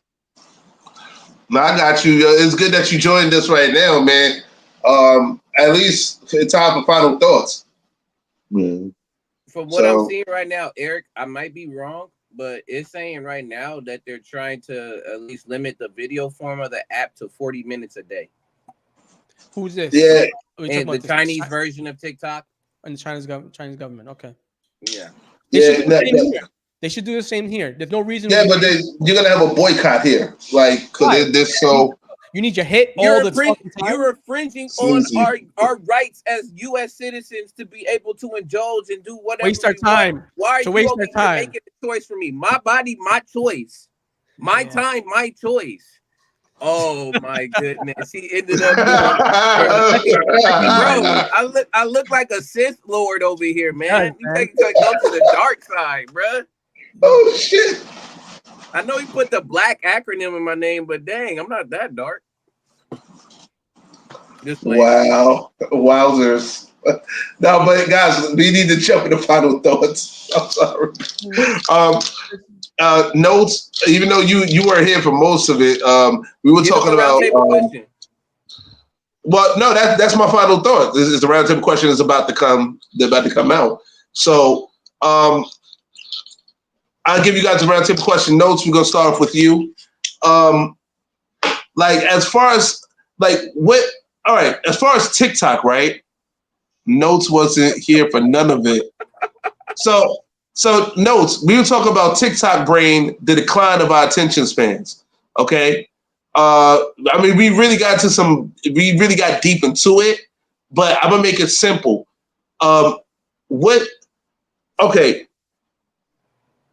How can we enjoy TikTok and still keep an eye on still keep like a good attention span? I'm going to keep it honest with you, and a lot of people might be upset with this when I say this, but your personal opinion. Go ahead. I feel like everybody makes a big deal off of this and this and that. Let me tell you something. The way I look at social media now is a tool. There's a positive and there's a negative. You can make money off of it, or you can bitch and complain on things.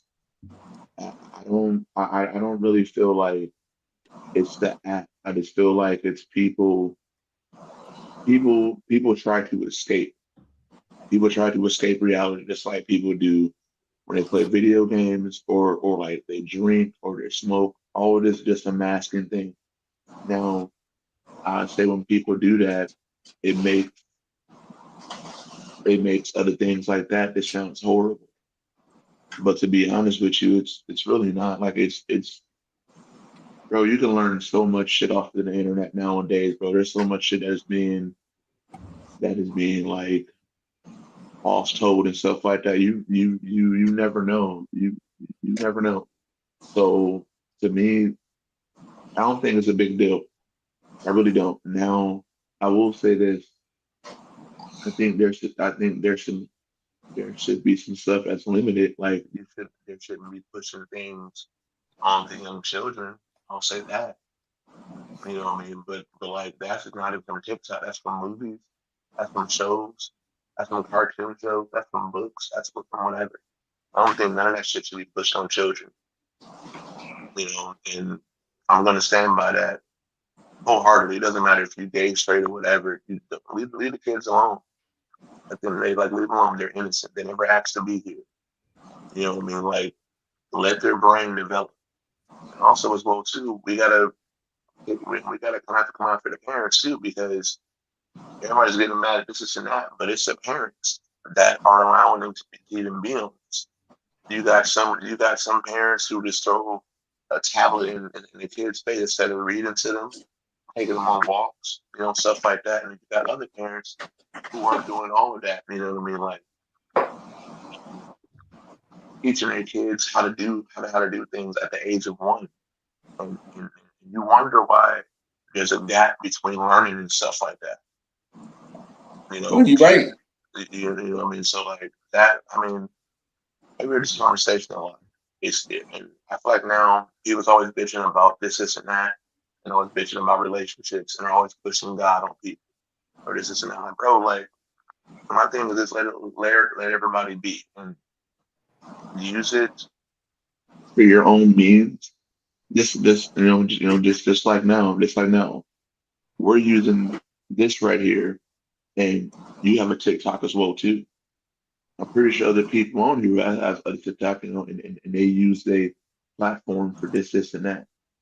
If it wasn't for stuff like this, bro, there's a lot of murders that have happened, or a lot of stuff that happened that we don't know anything about. So I'm happy that we have it like TikTok, because when you go on Facebook, you start to spit the truth, they'll close that shit down. But you can see murders, people being beheaded. This, and that. I'm like, what? You know what I mean? This happening. This is the app that was made in America. You know what I mean? So it's like, I don't know, man. People in America, bro, they be on some bullshit, and then it's always a game. Growing up, I never really traveled like that, but I have talked to different cultures and stuff like that. And I listen. I've always had an open mind. Even though sometimes I may like zone out or this and that, whatever. But I've always had an open mind. Sometimes I do show on purpose, this and do to fuck people. But I'm very intelligent. I listen. I listen, and I deserve. So that's my opinion on when it comes to the whole. Like, this is it can be negative, it can be bad. It all depends how you use it. That's my final thought. Okay. Thanks a lot, man. Thanks a lot. Notes, appreciate you on your feedback and all that. Eric, final thoughts. Do you remember the question? You need for me to repeat it. Repeat it real quick, but I think I have an idea. Okay. Yeah. How would you? What was the question? Okay. Yeah. How would you like? I know, because like. How would you like? How would you?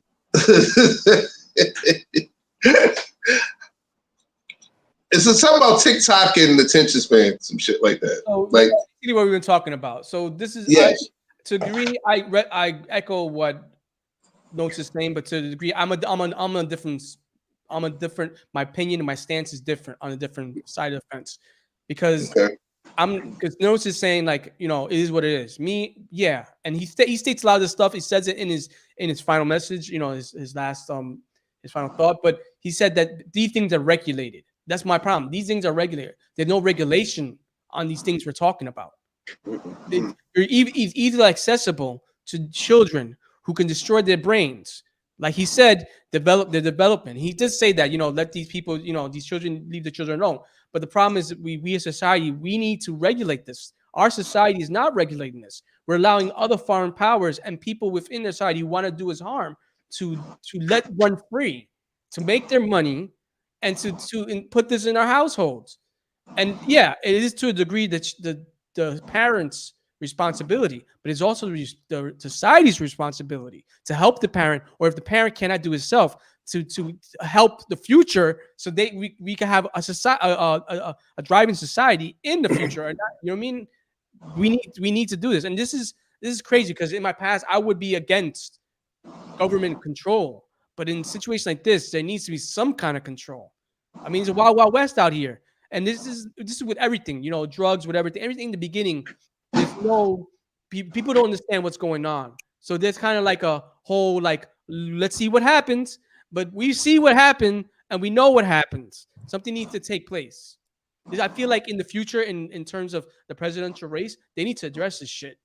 And I know they're trying to do certain things, and with TikTok right now, but it's not only TikTok's fault. It's all these apps. They're running rampant. They don't, you know what I mean? Like there's a documentary. I don't know if I've ever seen about Next Social Network. I think it's Social Network or whatever. It's called The Social Dilemma. The Social Dilemma.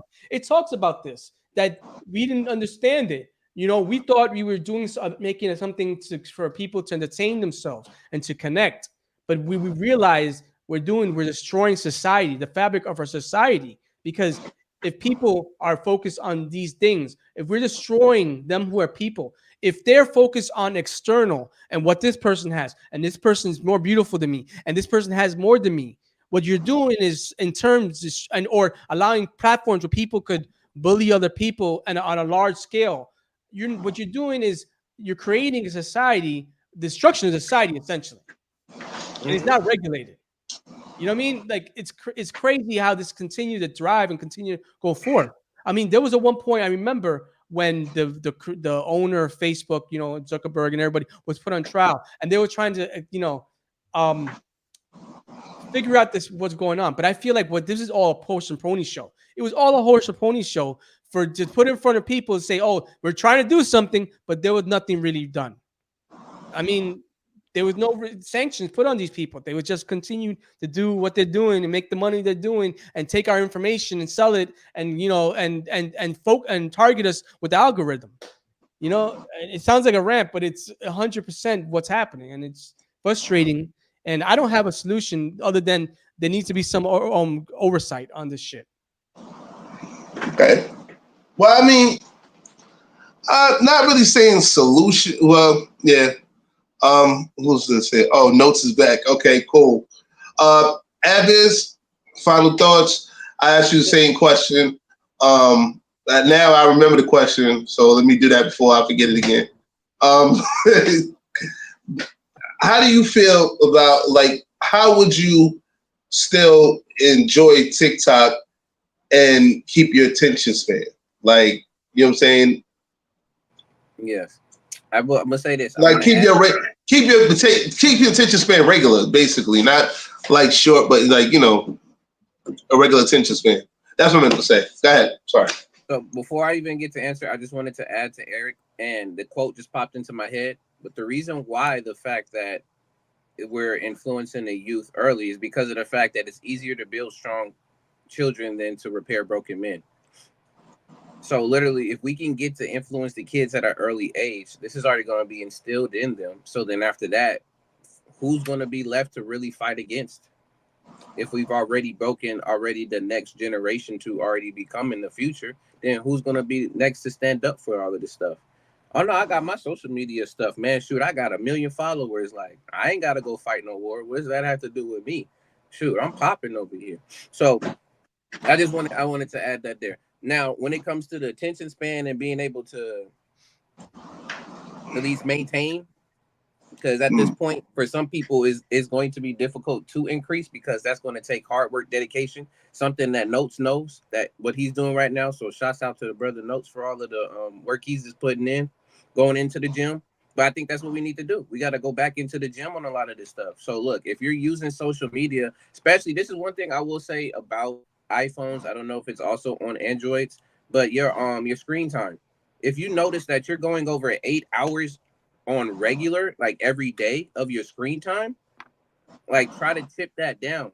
So the whole thing is, I'm a person for not even really to even say in moderation, but incremental steps. So you don't have to take a huge leap and be like, you know what? I'm just gonna go on a whole internet fast for a day or for 3 days and not do anything. You're going to go into shock. And then what's going to happen is when you come back, it's going to be exponentially worse because of the fact that you didn't give yourself breathing room. So all I'm saying is, if you're going to dedicate some time to yourself to be like, all right, I'm usually here on 8 hours. Okay, maybe out of those 8 hours, 30 minutes, I'm going to put some time towards doing this or put some time towards doing that to, again, just slowly siphon yourself away. For me, I already know once December comes, I'm off of social media for 2-3 months, quote unquote social media. I only still watch YouTube. And that's one of them that I've been trying to work on too, because I will let this thing just sit sometimes. Even though I'm watching educational stuff, there's times where I'm just watching some of this relationship stuff because I wanted to know what's going on with society. I may watch my video game stuff here and there because I just like watching people also go through difficult runs of stuff. But it's because I'm aware of this stuff. And I think that's part of it too, is making sure, bringing that awareness to people that this is an issue. This is a problem. Let's go about handling this. Now, giving them resources to do so. But I think doing it again, where it also builds a relationship. So knowing that you're not alone in this. Okay, I know my friend is also doing this. Okay, since we're doing this together, let's go for a walk. I started walking in the mornings now. I literally walk for almost an hour and a half, and I don't touch my phone. I don't even think about my phone. And that has helped me to at least incrementally break down on how much I'm really using my phone throughout the day. Just starting off the day that way. So it's really, you got to provide a structure, because if you don't have a structure, you're going to fall for everything. And at this point, we're falling for everything. Yeah, thank you, Ad. Like, notes, Eric, Ad. I'm gonna level with you here, and this is my final thought. I agree with what everybody says here. I don't have any quarrels, no beef with it. I'm just gonna say this: TikTok, you're gonna keep doing what you do. But just keep in mind the power that you have behind your content. You understand what I'm saying? Like, I'm talking about the people that, from the clips to the dances to whatever you guys are doing. Be very mindful of the power of your content, because you do influence the youth, because they don't really have that, like the cutoff age, like how YouTube does, or like there are certain apps that do have cutoff ages where only adults could watch this and kids can watch that. And I'll say this one more time: be mindful of your content, because you are also you're also influencing the youth. The youth is the wave of tomorrow. If you don't care about your kids, why'd you have them in the first place? You can feel offended. I don't give a fuck. It is the truth. Your kid could be the next. He could be either the next president of the United States or the next nigga in jail. Or he could be the next baby daddy. You know what I'm saying? Or pop the balloon or find love, or he could be the next baby daddy or Maury or paternity court or some other wild shit like that. It's on you. When your kid is born, you and that other person are responsible for the growth of that child. There ain't no way around it, unless you put it in the system, and then the system gonna do whatever the system gonna do. And once that kid is put in the system, you got to kick your own self in the ass for that. But I'll leave you guys with this: human beings, in general, we are made to do human. We are made for human reaction. Nobody was made to just be alone. We are alone by circumstance, by either heartbreak or lessons of heartbreak. Because there ain't a motherfucking soul that I know here on planet Earth that woke up and said, you know what? I want my girl to be a motherfucking cheater, or my guy to be a motherfucking cheater, and I want to get my motherfucking heart broken. I want to feel heartbreak. I have not, to this very day, I haven't seen one human being says that they want to get their heart broken. Unfortunately, we were raised to believe that being brokenhearted is just an everyday way of life. I call bullshit on that. I call bullshit on it as a kid. I call bullshit on it now. There are some people that there's some people, believe it or not, people on planet Earth that haven't even felt an ounce of heartbreak, somebody cheating on them or somebody backstabbing them. There are people in the world that don't even know what the fuck we're talking about when we say this. Very few and far between, but there are people that exist, that they live their life by a whole different type of structure. You got to understand, human reaction is very important in this world. And I'm talking to everybody in the United States and Canada. What? You say human interaction? Yes, human interaction. You know what I'm talking about, like relationships or whatever have you. Yeah. It was just I thought I kept hearing human action. Sorry. Human interaction. Human interaction. That's what I'm to say. Human interaction is is extremely important. And if you don't understand that, then I don't know what to tell you. You know, I'm a realist. I'm not going to sugarcoat it. I'm not going to sit there and cut it in the chocolatey squares so you can easily digest it. Fuck that. Human interaction is what we need. If not, our world will be slowly but surely destroyed because of this whole nigga ain't shit, chicks ain't shit type of mentality that you fuckers have grown up with since I don't know when. It's time to break those type of generational curses. Those are the generational curses that we have to break up to before we get the bag. Because nowadays we and I'm guilty of it too. We all talk about getting to the bag here, getting to the bag there, getting to the bag the third. Life is interaction and reaction. It's more than just getting to the bag. It's getting to some sort of happiness as a human being. Human interaction is something that will never ever change. You will never ever go through life without some sort of human interaction. We all are bred for relationships. All of us on planet Earth has that one that we feel belongs to us and we belong to them. We don't know who the fuck they are. I'm talking in a spiritual sense. We don't know who they are, but I believe that. I believe it. You know what I'm saying? Other people believe that, you know, polygamy and whatever the fuck, there's more than one soulmate, whatever. But that's what I believe. I believe, he's funny. I believe that we all need to be in some type of relationship. You know what I'm saying? Some type of meaningful, healthy relationship. Or else we will be destroyed. But we're the ones that are destroying ourselves. Point blank, period.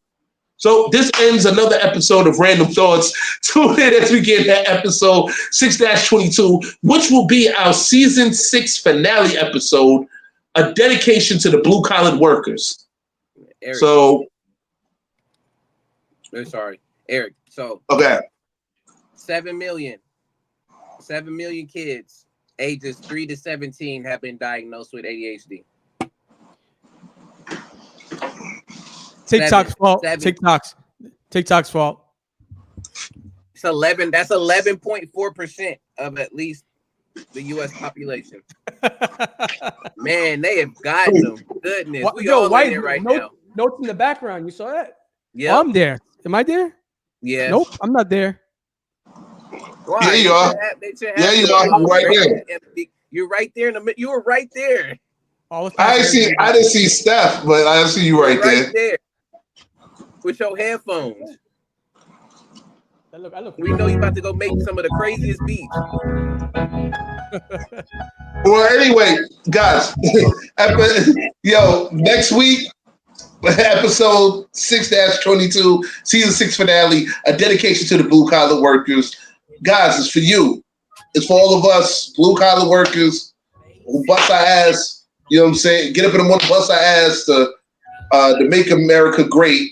For real, you know what I'm saying? I guess, so hey, listen, we got to get into the bag, you know what I mean? So listen, thank you Nose very much for joining us. You know what I'm saying? Steph, we know you killing it where you at, you know what I'm saying, at the music festival.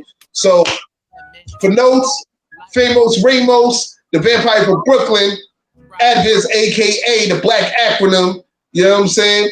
The Master of the Temple of acronyms and all that, TOA, you know what I mean? This is the LYR to the ICS, the lyrics, aka Mr. King Chop Cheese, signing off. We out. Peace. Gothic lyrics. Oh my God. Gothic. We gonna start with that? All right. Come on, come on, come on, come on, come on, come on. It's a new day, turn the lights on. Get up on your way, turn the lights on. Create a new space and turn the lights on. Get it in your brain to turn the lights on. I turn the lights on, I look up, seeing it flicker. Just another day inside my mind, I'm starting to snicker. Like I ain't ready to wake up, but it's that time. On this early rise, man, I get this story comprised. To push it further on, you gon' need it here, put the armor on. Yeah, man, it's just a hard life, but we tend to keep it strong when we got the pace right on the timed it. When I get my prizes, man, I'm like, yo, I found it on the same foundation that kept me standing firm. Looking inside to see the glow, never perm, but it's more permeated through the way that I'm growing. So the growth is something else I'm just showing, cause it's light work. The way that I can lift it, put it all in my regimen. But I'm still saying on everything, my brethren and sisters, everybody gotta follow through and make it right. So I turn the lights on and start to get the work right.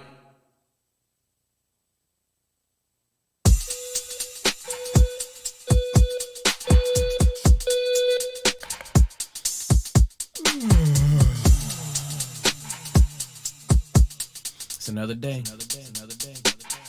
Let's get it. Mighty fine day for a form to relate with. Pocket all my change, took a roll in the same whip. Glasses on my head, paid it forward to a stranger. Now I'm on my way, transforming to a major. Deal or not, I'm controlling the ox. I'm stirring the pot, had a pot conceived from a late night thought. Then flew the cooped up cot after last Friday on Craig's block. Share it on Craigslist, seeing deals cop. The drive was insane, right around the gauge of foreign traffic lanes. I didn't save these flyers, monumental made moments, details all inquired. From each cylinder fired, the chase required, with stills rewired, positions restored, pedals floored, possibilities absorbed, outer body source, the style redressed at destiny's door. She granted access in an instant drop, went in to complete the job, shut the lock and suddenly my eyes pierced the clock. Conversations all on my mind, bringing up on this girl and rise. Time is ticking, I'm gonna provide. Put in work on this girl and rise. Conversations all on my mind, bringing up on this girl and rise. Time is ticking, I'm gonna provide. Put in work on this girl and rise. Sound making grounds, marking milestones very quickly. Barely been 2 hours and everyone is still sleeping. Flawless, no latency, but lately sincerity's daring me. Adding to the recipe, full transparency. I can guarantee you I wasn't this person from the rip. Rising early was a task too difficult to commit. Sleep, load my pain and sorrows, aches and quarrels, kill switched engaged. The cousin of death tried to lay me away until tomorrow. Something never promised, resurfaced from the conscious. Carbon copy constructs like social media content. Happy with the status of falcon grabbing this prey. Pardon my production, watch carefully while I just blaze. No excuses, passing dawn, breaking bad habits before dusk. Living the dream, I must like muscle, muster strength and carry on. Body, arm, head and shoulder, psych the psyche, save the shortcuts, touch the doubt and slouch inside. Navigate this early rise. Conversations all on my